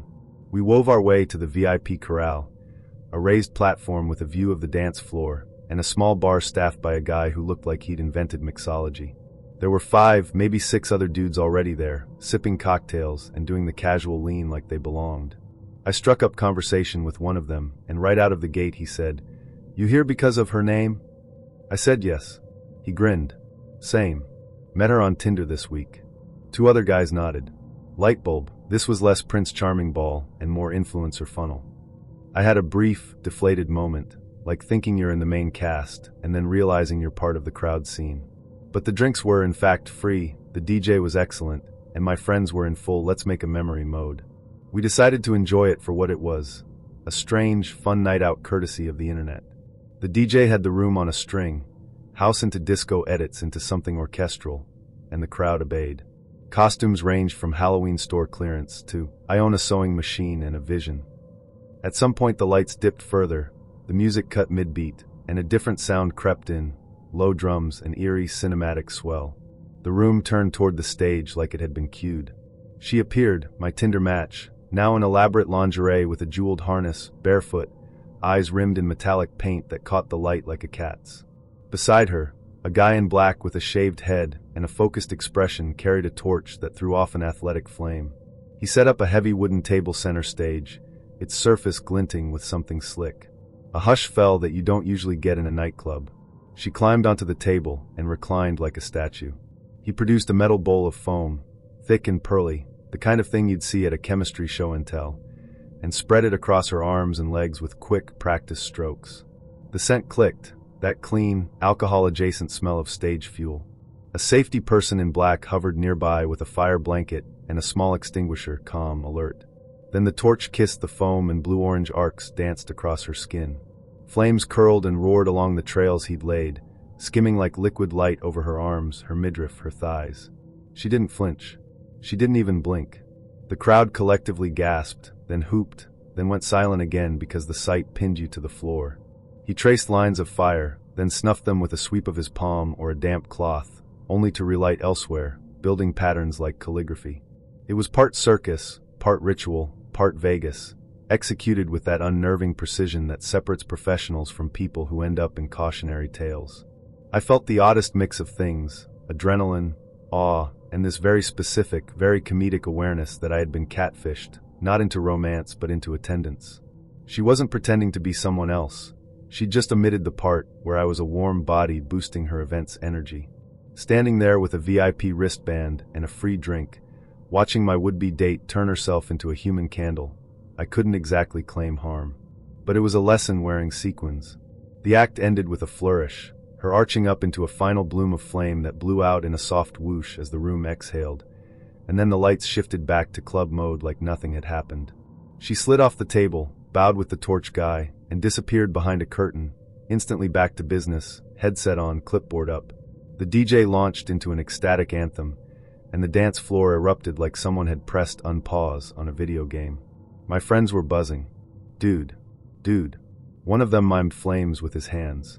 The other declared it the coolest bait and switch he'd ever witnessed. We toasted to being used for marketing and kept the inside jokes rolling. Every time she passed by, corralling a vendor or cueing a lighting change, we lifted our glasses in a half salute. She didn't see us, which honestly was part of the charm now. We were extras in her movie. Well, I think this is rather strange. Not alien abduction strange. More like the kind of night you replay on the tram home, mouthing alternative lines you should have delivered. We matched on Tinder, chatted a bit, discovered we both preferred red wine to white, Cabernet over Chardonnay, tannins over acidity, you know the type, and set a plan. We'd meet in town during the light festival in Ulu, wander under glowing installations like cultured moths, and see if conversation survived the wind off the Bothnian Bay. We did meet, technically, but we didn't see a single light piece.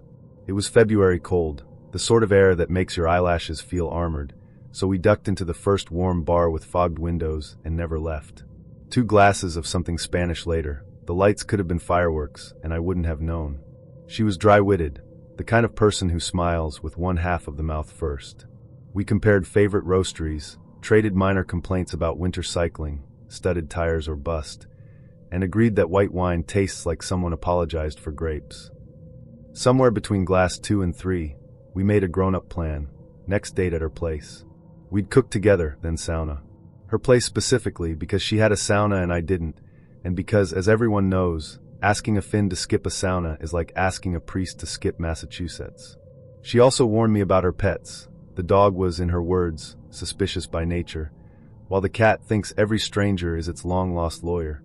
I arrived with a backpack full of groceries and the hopeful competence of a YouTube chef. The dog met me at the door and did exactly what she'd promised, a low, professional growl that said, "State your business." I crouched, turned slightly sideways, offered a hand for sniff approval, and spoke in politest dog, soft, silly, vowel-rich. 5 minutes later he was upside down, legs bicycling the air, belly exposed like a surrendered fortress.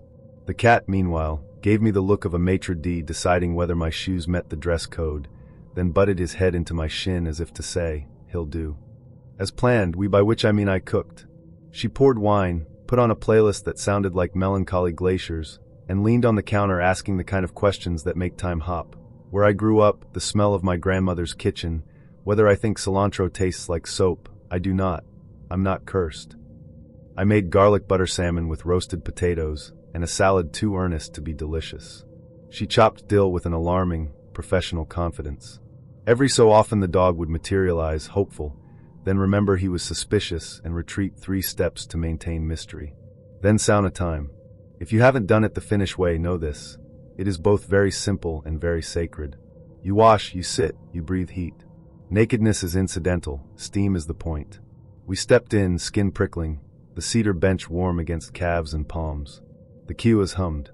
She tossed a ladle of water onto the rocks, and the loily rose in a soft, aggressive wave, like being hugged by weather. Conversation thinned the way it does when breathing becomes an activity. We sat in companionable silence, sweat turning into a second skin. I rubbed her back, slow, friendly, respectful, because that seemed welcome, and because, as any Finn will tell you, the sauna is not for sex. There are ancient Nordic gods to respect, and at least one of them is very judgmental about mixing rituals. We took cold rinses between rounds, laughing at our own yelps. Round 2 was quieter. You learn a person's rhythms in the sauna, how they pour water, where they look, how long they sit before stepping out for cool air. Hers said steady, mine said trying not to be eager. And I kept it there, bases were unattempted. The church rule stands. After we ate, sauna hunger is real and absurd. Everything tastes like victory. We sat at her small table with fogged windows and dripping hair, 2 people comfortably exhausted, passing the dill like it was contraband. The dog, whose suspicion had evolved into a professional relationship with my fork, positioned himself at a respectful yet strategic angle. The cat did laps around our ankles, purring like a tiny engine. Eventually, it was time to take the dog out. We layered up and walked the dark, squeaky snow sidewalks, breath puffing in steady puffs. Oulu in winter can feel like the world pared down to essentials. A few street lamps, a few footsteps, the occasional cyclist with a light like a comet. We didn't talk much. It was a simple, domestic loop, dog sniffing the same heroic patch of snow, us waiting, hands in pockets, nodding at other bundled silhouettes doing the same. It felt nice. It felt promising. Back inside, I packed my cooking gear into my backpack, knife wrapped in tea towel, spice jars clinking, and she asked, "Are you leaving?" I said, with all the finesse of a man trying to be both considerate and not dense, that it was her decision. She nodded in a way that could have meant anything and sat on the arm of the sofa. Here's the pivot. I suggested we take our clothes off again and go to bed. No leering, no grab, just the sentence, a question mark implied. I thought I was reading the room, sauna, dinner, dog walk, the easy quiet. In my head, I'd written us a reasonable third act. In hers, I later realized the sauna was church, dinner was fellowship, the dog walk was intermission, and the credits were rolling. She went very still, then stood up, walked to the balcony, and lit a cigarette. The door clicked behind her. I watched the orange tip flare and move, a metronome for the long seconds where I tried to rewind and edit reality. When she came back in, she didn't sit. She said, carefully and not unkindly, "You have to leave." Which I did, of course. I put on my boots slowly, to give apologies somewhere to land. I said I was sorry for upsetting her, that I misunderstood, that I'd had a good time. The dog escorted me to the door like a security guard who'd grown fond of a trespasser. The cat blinked once, inscrutable. Snow squeaked under my steps all the way to the tram. At home, I sent a quick message. Another apology, simple, no defense, no bargaining. By morning, she'd already unmatched me. Efficient, Scandinavian closure. I respect it, even if it stung. Here's where I land now, after the embarrassment cooled and the story turned into something I can tell without flinching. It was absolutely her right to kick me out at any time. A yes to dinner and sauna is not a yes to bed, and a back rub in 80 degrees Celsius air is not consent to anything beyond that feels nice. The sauna really is church. I should have treated the evening like a service that ends when the lights come up. So it was October, bloody cold, and I was on a dating app in Salem, Massachusetts. Of course I was bound to match with someone who was overly into spooky stuff, classic this time of year. But I'll be honest, Greg seemed harmless enough. His profile was quirky in that New England hipster way. Lots of flannel, a picture of him holding a cup of pumpkin spice coffee, and another of him standing in front of the witch house. I thought, he's leaning into the Salem vibe. That's okay. I wasn't a die-hard Halloween person, but I loved the history and charm of Salem. After some back-and-forth messaging about our favorite horror movies, he was Team The Shining, I was Team Scream. Greg suggested we meet at the Salem Witch Museum. It seemed like a safe, public place for a first date, and I was excited to get into the fall spirit. When I showed up, Greg was waiting outside, wearing a long black coat and a scarf. He had shaggy brown hair, a slight beard, and the kind of glasses that made him look like he spent too much time in libraries. "Hey, you must be Claire," he said, flashing a crooked smile. "Yep, that's me," I replied. The museum was packed with tourists, which made sense given the time of year. We wandered through the exhibits, making small talk about Salem history and laughing at some of the overly dramatic mannequins depicting the witch trials. Greg seemed nice, if a little intense. But then, as we were leaving, he said, "I have something even cooler to show you. My apartment's just around the corner." Now, I know what you're thinking. Don't go to a guy's apartment on the first date. And normally I wouldn't. But it was the middle of the day, and we were in downtown Salem. The area was bustling with people, and his offer sounded innocent enough. Plus, I was curious. "What's at your apartment?" I asked, raising an eyebrow. Greg grinned. "A piece of Salem history. You'll love it." Against my better judgment, I agreed. We walked a few blocks to a brick building that looked like it had been around since the 1800s. Greg led me up a narrow staircase to his apartment, which was surprisingly clean and smelled faintly of cinnamon. "This way," he said, gesturing toward a door at the end of the hallway. When he opened it, I froze. The room was filled with antique dolls. They were everywhere, lining the shelves, sitting on the furniture, even hanging from the walls. Some were porcelain, others were raggedy, and a few looked like they might have been handmade centuries ago.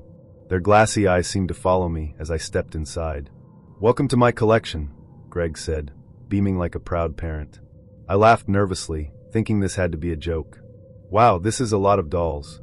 "They're not just dolls," he said, picking up one with a cracked porcelain face and a frilly dress. "Each one has a story." "Of course they do," I muttered, trying to hide my discomfort. Greg placed the doll back on the shelf and grabbed another one, this one missing an eye. "This is Annabelle," he said. "Like the movie?" I asked, clutching my purse. "No, the movie's fake," he said, shaking his head. "But this Annabelle? She's real. She's from the 1800s. Legend has it, she was owned by a little girl who—" "Okay, you know what?" I interrupted, backing toward the door. "I just remembered I have to, go feed my cat." Greg frowned, clearly disappointed. "You don't have a cat?" "Right, well, I have to check my email," I said, reaching for the doorknob. "Wait," he said, stepping in front of me. "I haven't even shown you the haunted ones yet." "The what ones?" "The haunted ones," he repeated, like it was the most normal thing in the world. "This one," he said, picking up a doll with a chipped nose, "is supposedly cursed. Every time someone touches it, something bad happens." "Great," I said, forcing a smile. "Well, I'd better leave before I accidentally touch it." "Claire, come on," Greg said, his tone pleading. "You're not scared, are you?"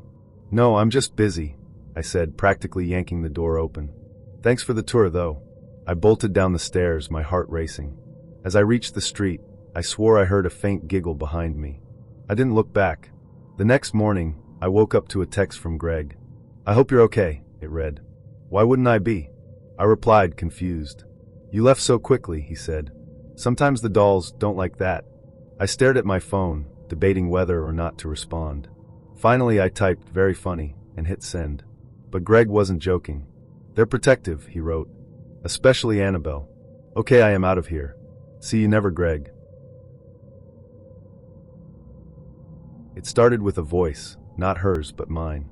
I'd matched with a woman named Cerelia one late Friday night after a long work week and 2 glasses of wine. Her profile was a mix of contradictions. Photos of her dressed in earth-tone linen standing in a forest, followed by a picture of her in a glittering cocktail dress on a rooftop bar. Her bio read, "Poet, linguist, collector of voices. I believe the throat holds more truth than the eyes." I had no idea what that meant, but I was intrigued. I swiped right. We matched instantly. Her first message came 5 minutes later. "Do you like the sound of your own voice?" It caught me off guard. I reread it 3 times. I had expected a hello, a compliment, maybe a joke. But this? It felt like a test. I replied, "I'm not sure. I've never really thought about it." She sent back, "You should. It's the first instrument you ever learned. Most people forget that." Okay, so she was definitely different. Our conversation unfolded with a rhythm I wasn't used to. She didn't ask what I did for work or where I lived. Instead, she asked about the last time I screamed, whether I sang in the shower, if I'd ever tried to hum underwater. She told me she'd once gone an entire week without speaking, just to see how it would alter her perception of sound. I found her fascinating, though a little intense. We exchanged voice notes instead of texts for most of that weekend. Hers was soft, measured, and deliberate. She spoke like someone reading a bedtime story to a room of strangers, calm but mysterious. I didn't love the sound of my own voice, but she did. "You speak like someone who's always listening for an answer," she said once. "It's beautiful." By Sunday, she asked if I wanted to meet in person. I agreed, though I wasn't sure what I was walking into. She chose the location, a sound bath session hosted in a converted greenhouse on the edge of the city. I'd never been to a sound bath before and had to Google it. I figured it would be awkward but interesting. At the very least, I'd have a story to tell. When I arrived, she was waiting outside, dressed in a flowing pewter-colored wrap and barefoot. Her hair was braided down her back in a single long plait, and she wore no makeup, but her skin glowed with the kind of confidence that didn't need accessories. "Hello," she said, smiling. "Hi," I replied, feeling suddenly overdressed in jeans and a button-down. She took my hand without asking and led me inside. The space was warm and dim, with soft lights scattered among plants and cushions. A woman played a singing bowl in the corner, and somewhere in the back, a wind chime echoed faintly. We lay side by side on yoga mats while the facilitator guided us through sound meditation, bowls, gongs, gentle hums. I didn't know what I was supposed to feel, but I tried to stay open. Afterward, she looked over at me and whispered, "You breathe like someone with a lot of withheld syllables." I didn't know how to respond, so I just nodded. We went for tea afterward, and I expected her to ask what I thought about the session, but she didn't. Instead, she asked if I wanted to see her apartment. I paused. It was early in the evening, and I wasn't sure where she wanted things to go. But she didn't seem like someone looking for a hookup. She felt curated, like a performance you didn't interrupt with assumptions. "Sure," I said. Her apartment was in a narrow building above a reflexologist studio. The hallway leading to her door was lined with mirrors, and even before she opened the door, I could hear soft chanting coming from inside. She let me in and closed the door behind us. Her apartment was dimly lit, filled with tapestries, candles, and shelves stacked with antique radios, recorders, microphones, and dozens of cassettes labeled in small, neat handwriting. "What is all this?" I asked, stepping carefully around the coiled cords and wooden boxes. "My archive," she said. "I collect voices." I turned toward her. "Voices?" She nodded. "I record people. Not just interviews. I ask them things they don't usually say out loud. Fears. Secrets. Words they've never spoken before. Then I archive them. I listen to them when I write." She gestured toward a small writing desk covered in notebooks and cassette decks. "It helps me understand the human throat," she said. "So much language gets lost in the body." I tried to process that. She walked over to a shelf and pulled out a tape labeled as September 2022. She slid it into a player, pressed play. A man's voice filled the room. Shaky quiet. I never told anyone. I used to pray to be invisible. Not metaphorically. I really wanted to vanish. She let it play for a minute, then stopped it. That was a bus driver I met at a retreat, she said. He let me record him after we shared a meal in silence. I wasn't sure what to say. She looked at me then and asked, "May I record you?" I laughed. "Right now?" She nodded. "Just your voice. Nothing visual. Just a few questions. You don't have to answer anything that makes you uncomfortable." I hesitated. It felt strange. Intimate. But also, I was curious. I'd never been asked to do something like that before. "Okay," I said. She led me to a floor cushion near her desk, lit a candle between us, and took out a small vintage microphone. She pressed record. "What is a sound you miss?" she asked. I thought for a moment. "My grandmother's laugh," I said. It was high-pitched and kind of unfiltered. She used to laugh with her whole face. She nodded. "What's something you've never said out loud before?" I blinked. "That's a big one." "You can pause," she said. "Or skip." I thought hard. Finally, I said, "I'm afraid of becoming ordinary." I matched with a guy named Jaspin on a Wednesday afternoon during my lunch break. His photos were clean and minimal, one of him standing beside a bicycle on a foggy trail, another of him in a crisp white shirt holding a plant, and the last one was just a close-up of his eye with a reflection of the sky in it. It was a little artsy, a little pretentious, but not in a way that made me roll my eyes. His bio read, "Part-time herbalist, full-time question asker. I believe in rituals, clean eating, and honesty." I hesitated for a second. Something about the phrase part-time herbalist made me think of someone who might try to sell me on essential oils to fix my anxiety. But he was cute, and I was curious, so I swiped right. He matched with me instantly. His first message was, "What's one thing you know you'll never grow tired of?" I appreciated that it wasn't a generic "hey" or "how's your day?" I responded, "Rain." I could listen to it for hours, especially at night. He wrote back, "Same. It's nature's lullaby. Do you listen to it with your window open or closed?" And just like that, we were off. Jaspin was a good conversationalist.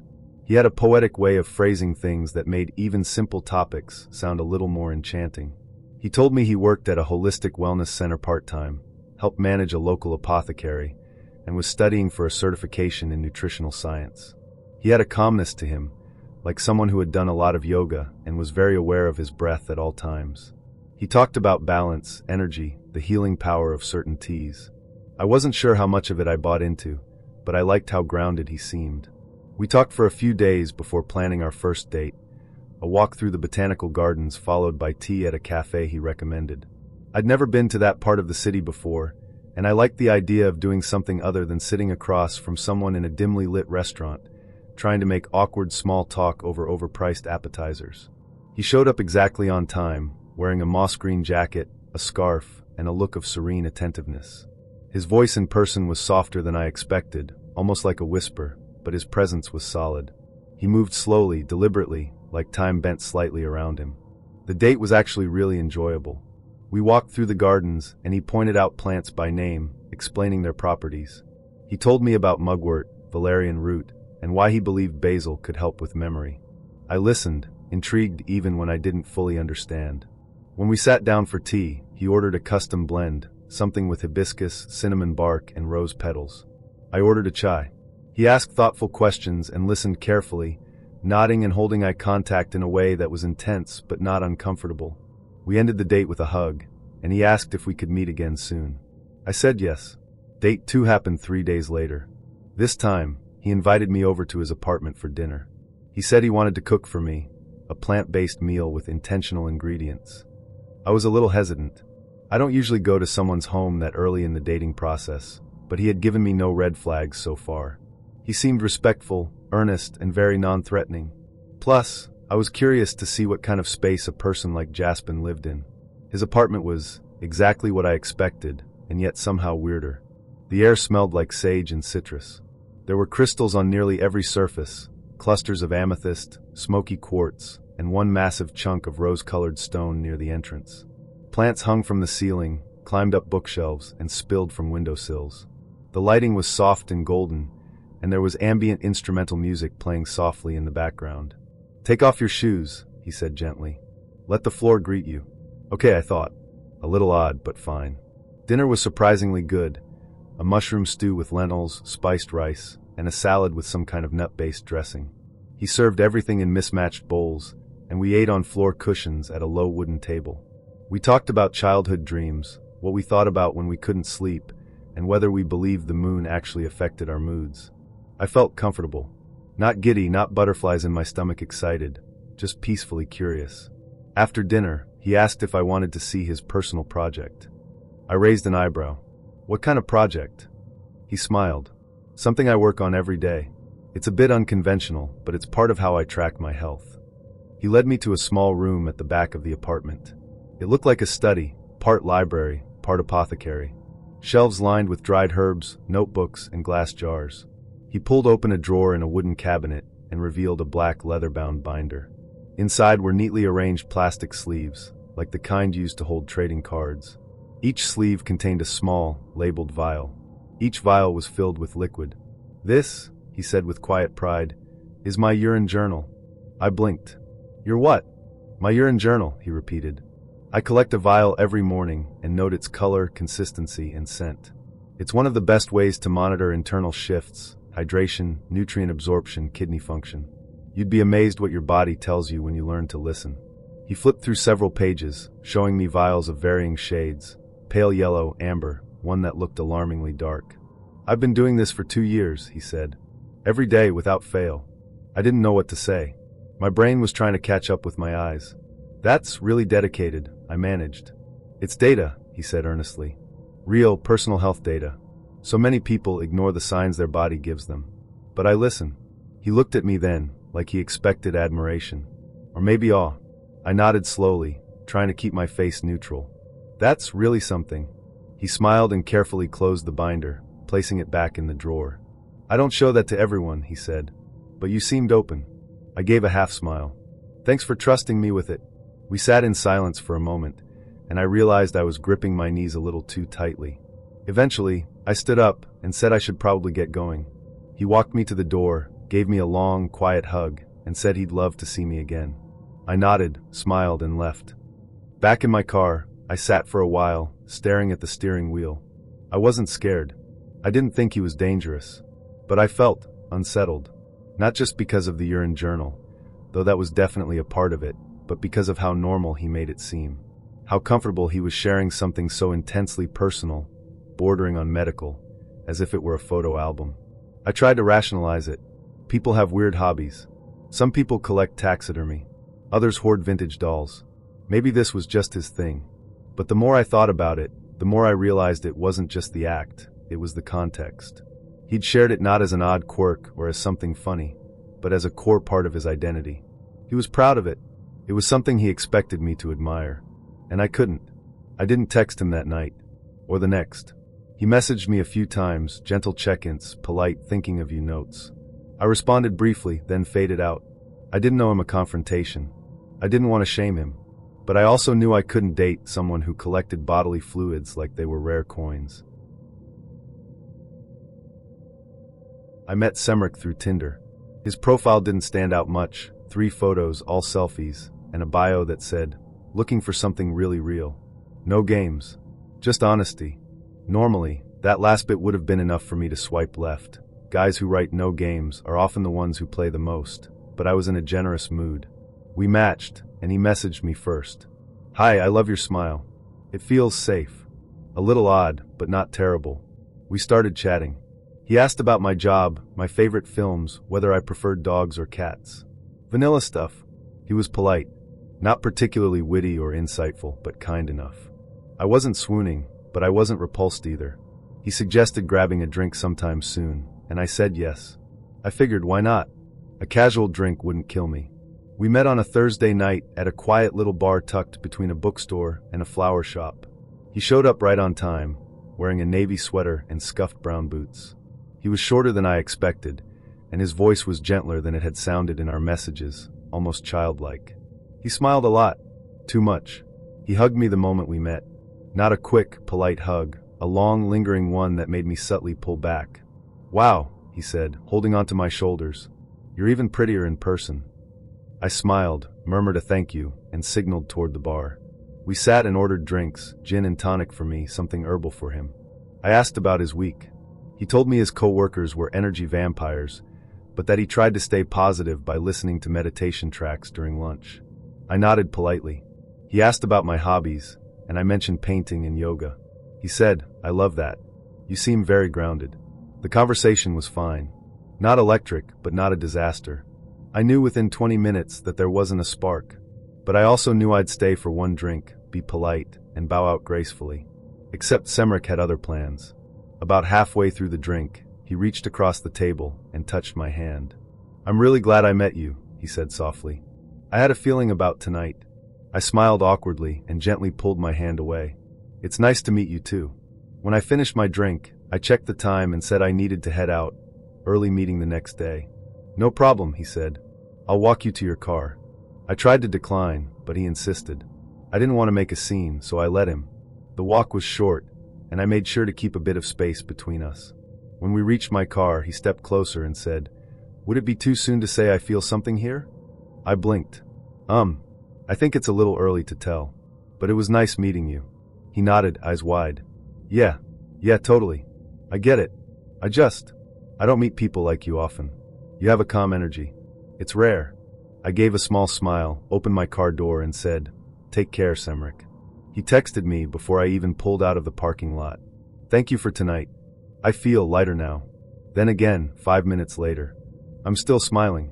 That has to mean something, right? I didn't respond right away. I usually wait until the next day to send a polite, "thanks again" message if I'm not feeling the connection. But Semric didn't wait. By the time I got home, maybe 30 minutes later, I had 5 more texts. All variations of "I really like you," "I feel like I can breathe around you," and one that said, "I think our souls recognize each other. Did you feel it too?" That one made me pause. I typed out a response carefully. "Hey, thank you for tonight. You're very kind, but I didn't feel a romantic connection. I wish you the best though." I hit send. No reply. An hour passed. Then 2. At midnight, I got his response. "Wow. Okay. I thought you were different. I opened up to you. I don't usually do that. Then. I guess I was wrong. Again. Then. You know what? Forget it. I hope your early meeting goes well." I didn't reply. The next morning, I woke up to a wall of texts, some apologizing, some accusing. "I'm sorry. I was just hurt. You led me on. You're like all the others. I'll never understand why women pretend to be nice. We had a moment. I know we did." I blocked his number. I told myself it was over. It wasn't. The following Monday, I walked into work and noticed 2 of my co-workers whispering near the espresso machine. They stopped when I walked by. I brushed it off. But during lunch, my friend Nira slid into the seat across from me and said, "Did you go out with someone named Semric?" I froze. "Why?" She looked uncomfortable. "He messaged me on Facebook. Said he was your new boyfriend and that you ghosted him after sleeping together." My stomach dropped. "What?" She showed me the message. It was long, rambling, full of half-truths and lies. He claimed I'd used him, that I was emotionally manipulative, and that he was reaching out to people in her life so they can see the real her. He'd messaged 3 of my co-workers. He even found my cousin on Instagram. I felt like the air had been knocked out of me. I didn't even kiss this man. I tried to stay calm, but inside I was spiraling. I spent the afternoon on edge, waiting for another shoe to drop. That evening I checked my LinkedIn. He'd viewed my profile. Then my Facebook. He'd commented on an old post from months ago with a vague quote. "Some people are great actors." I reported and blocked him everywhere I could think of. Then came the DMs from people I didn't know. "Hey, is it true you slept with that guy and ghosted him? He's saying some wild stuff about you. Just thought you should know." I was humiliated. I felt exposed. I started showing up to work early and leaving late just to avoid running into anyone. I deleted social media apps from my phone. I couldn't focus, couldn't sleep.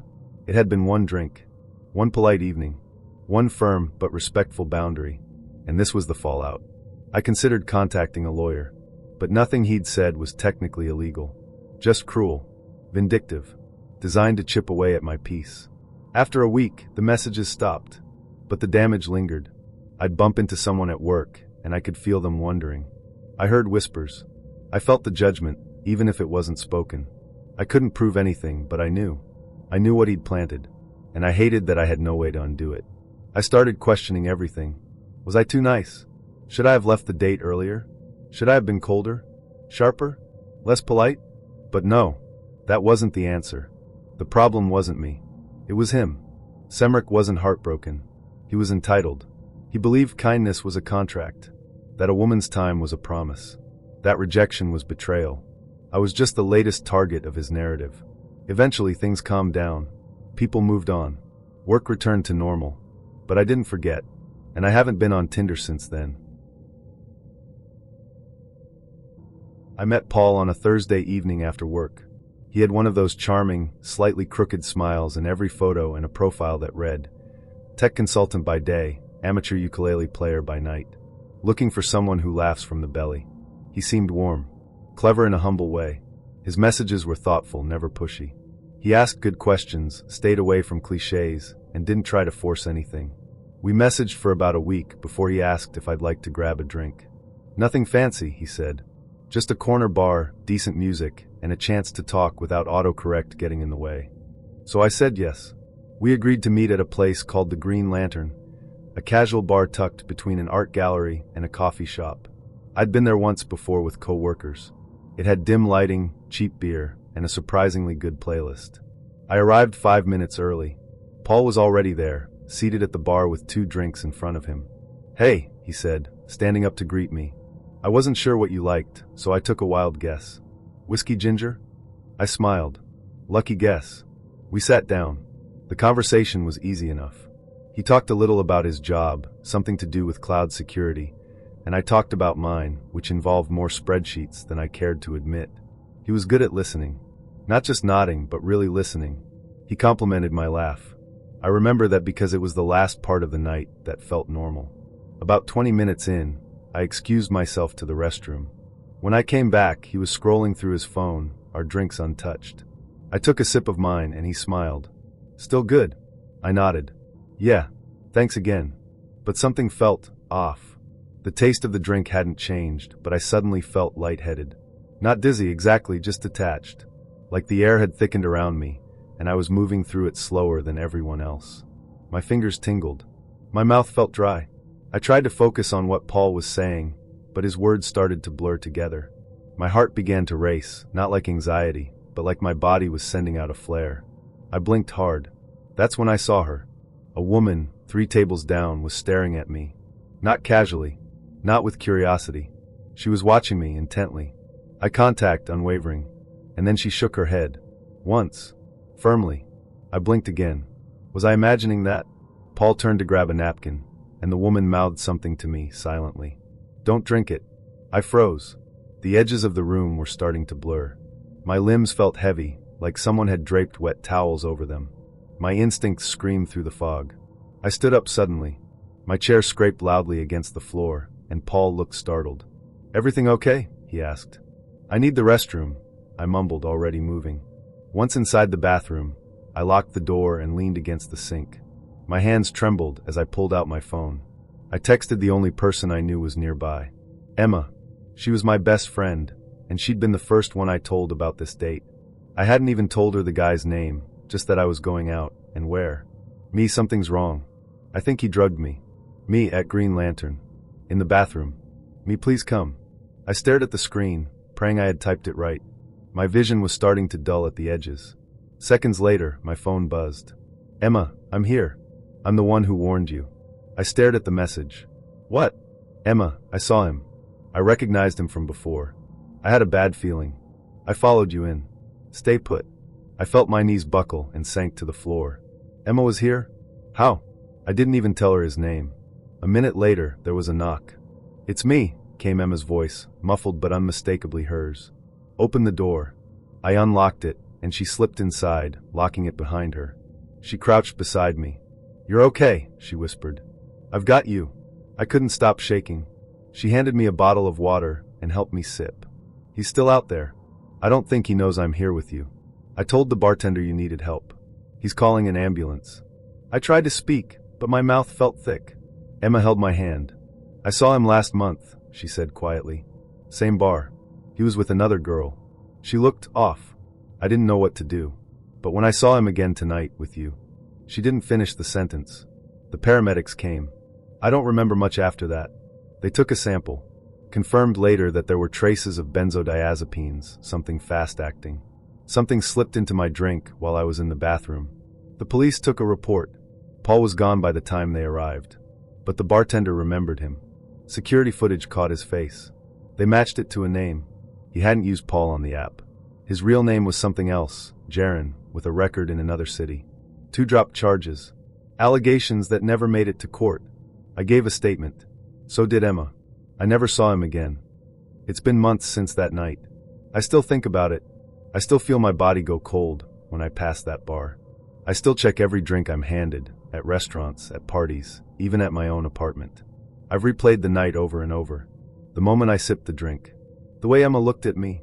The realization that my body was shutting down before I even understood what was happening. And I think about what would have happened if Emma hadn't been there. If she hadn't followed her gut. If she hadn't recognized his face. Would I have woken up somewhere I didn't recognize? Would I have woken up at all? I can't say. But I know this. Evil doesn't always look like a monster. Sometimes it smiles. Sometimes it compliments your laugh. Sometimes it offers you a whiskey ginger and seems like the safest person in the room. And sometimes, survival looks like a quiet woman at the next table mouthing the words that save your life. I never reported it online. I didn't post his face. I didn't want the attention. But I tell people now. Not to scare them, but because we need to look out for each other. Because the moment you feel something's off, it probably is. And because sometimes someone else sees what you don't. I still go on dates. But I meet in public.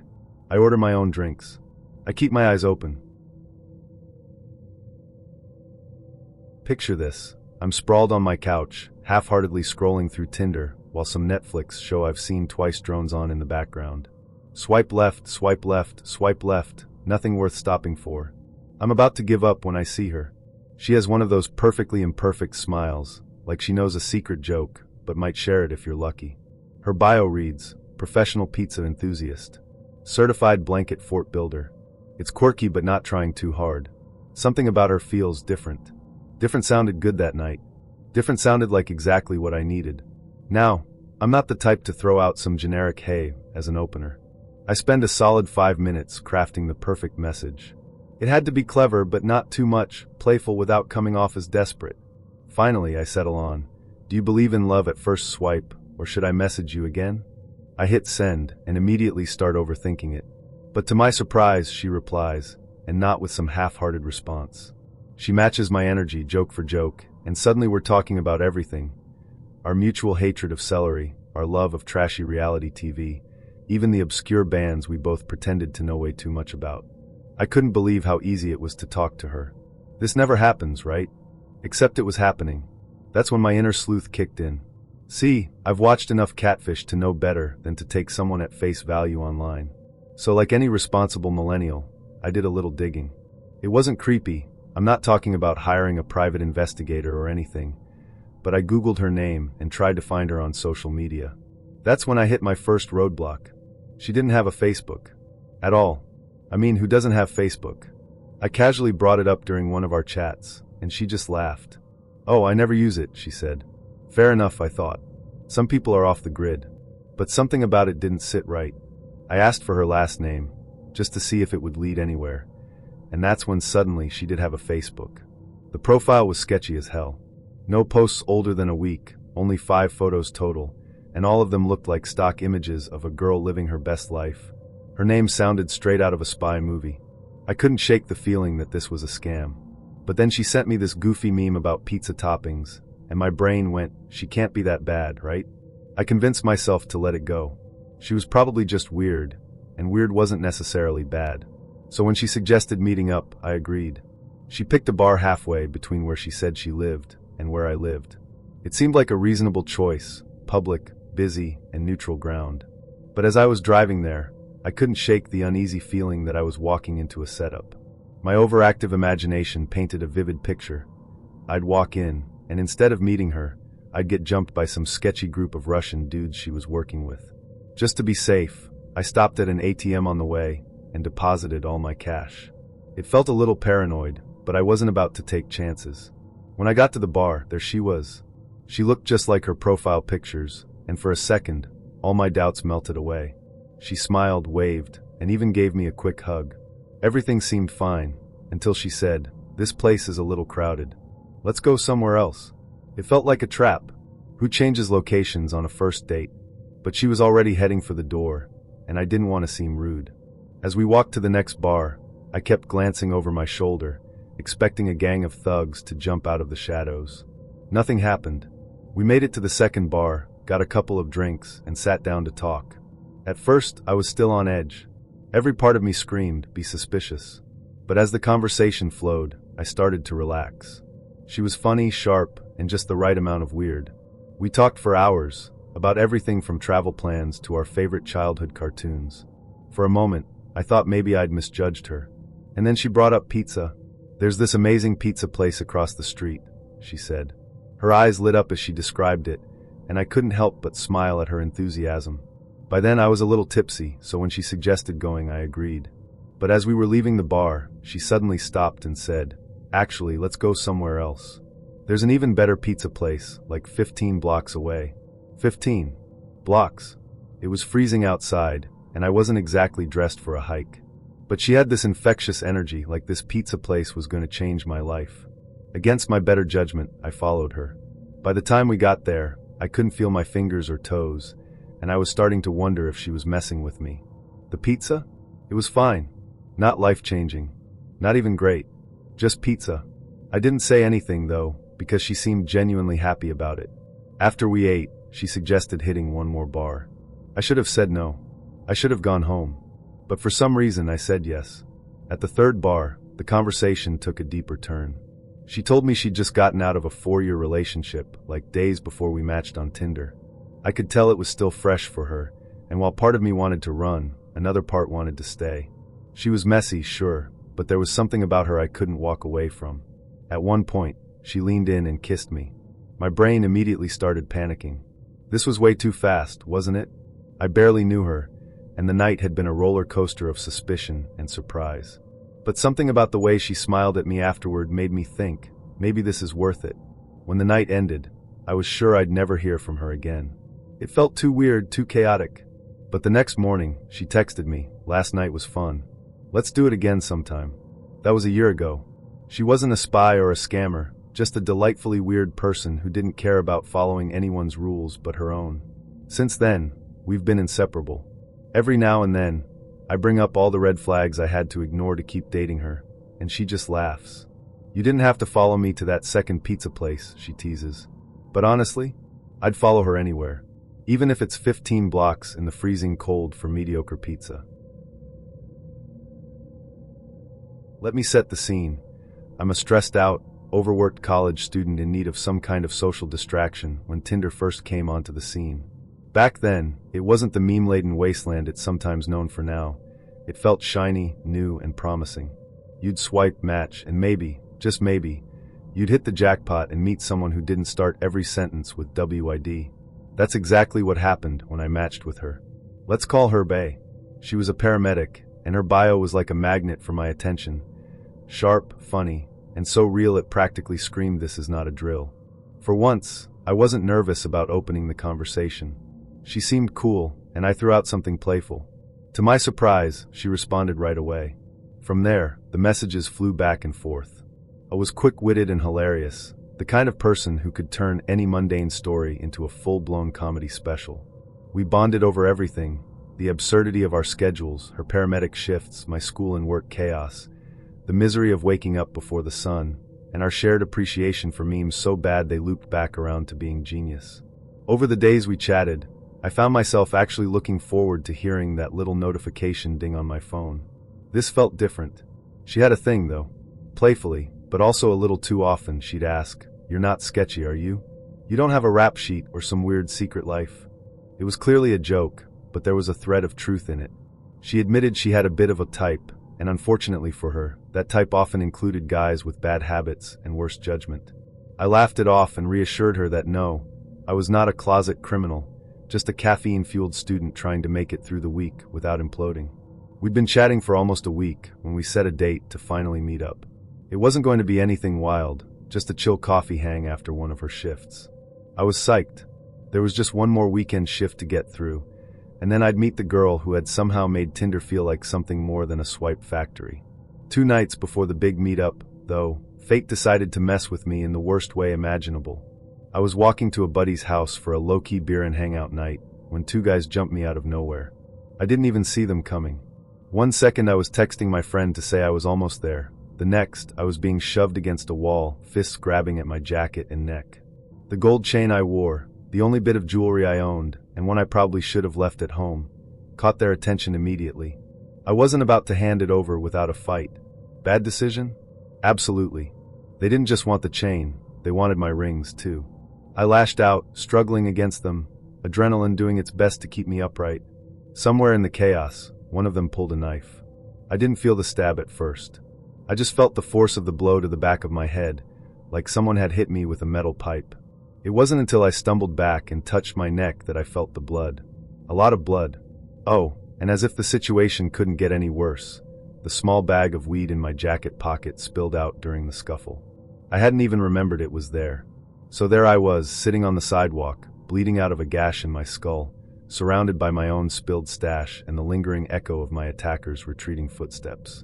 I was still sitting there in a haze of shock, blood dripping down my neck and pooling around me, when I heard the sirens. Somebody had called for an ambulance, which, great, because I wasn't in the mood to bleed out on the street that night. My vision was blurry, and my head throbbed like I'd been hit with a sledgehammer. All I wanted was to get patched up, go home, and bury myself under a mountain of blankets. The ambulance pulled up, and the doors swung open. That's when I saw her. It was out of all the ambulances in a city of 3 million people, of course it had to be hers. I blinked, trying to process what was happening, but there was no mistaking her. She froze for a split second, staring at me like she couldn't believe it either. Then, like a pro, she snapped into paramedic mode and got to work.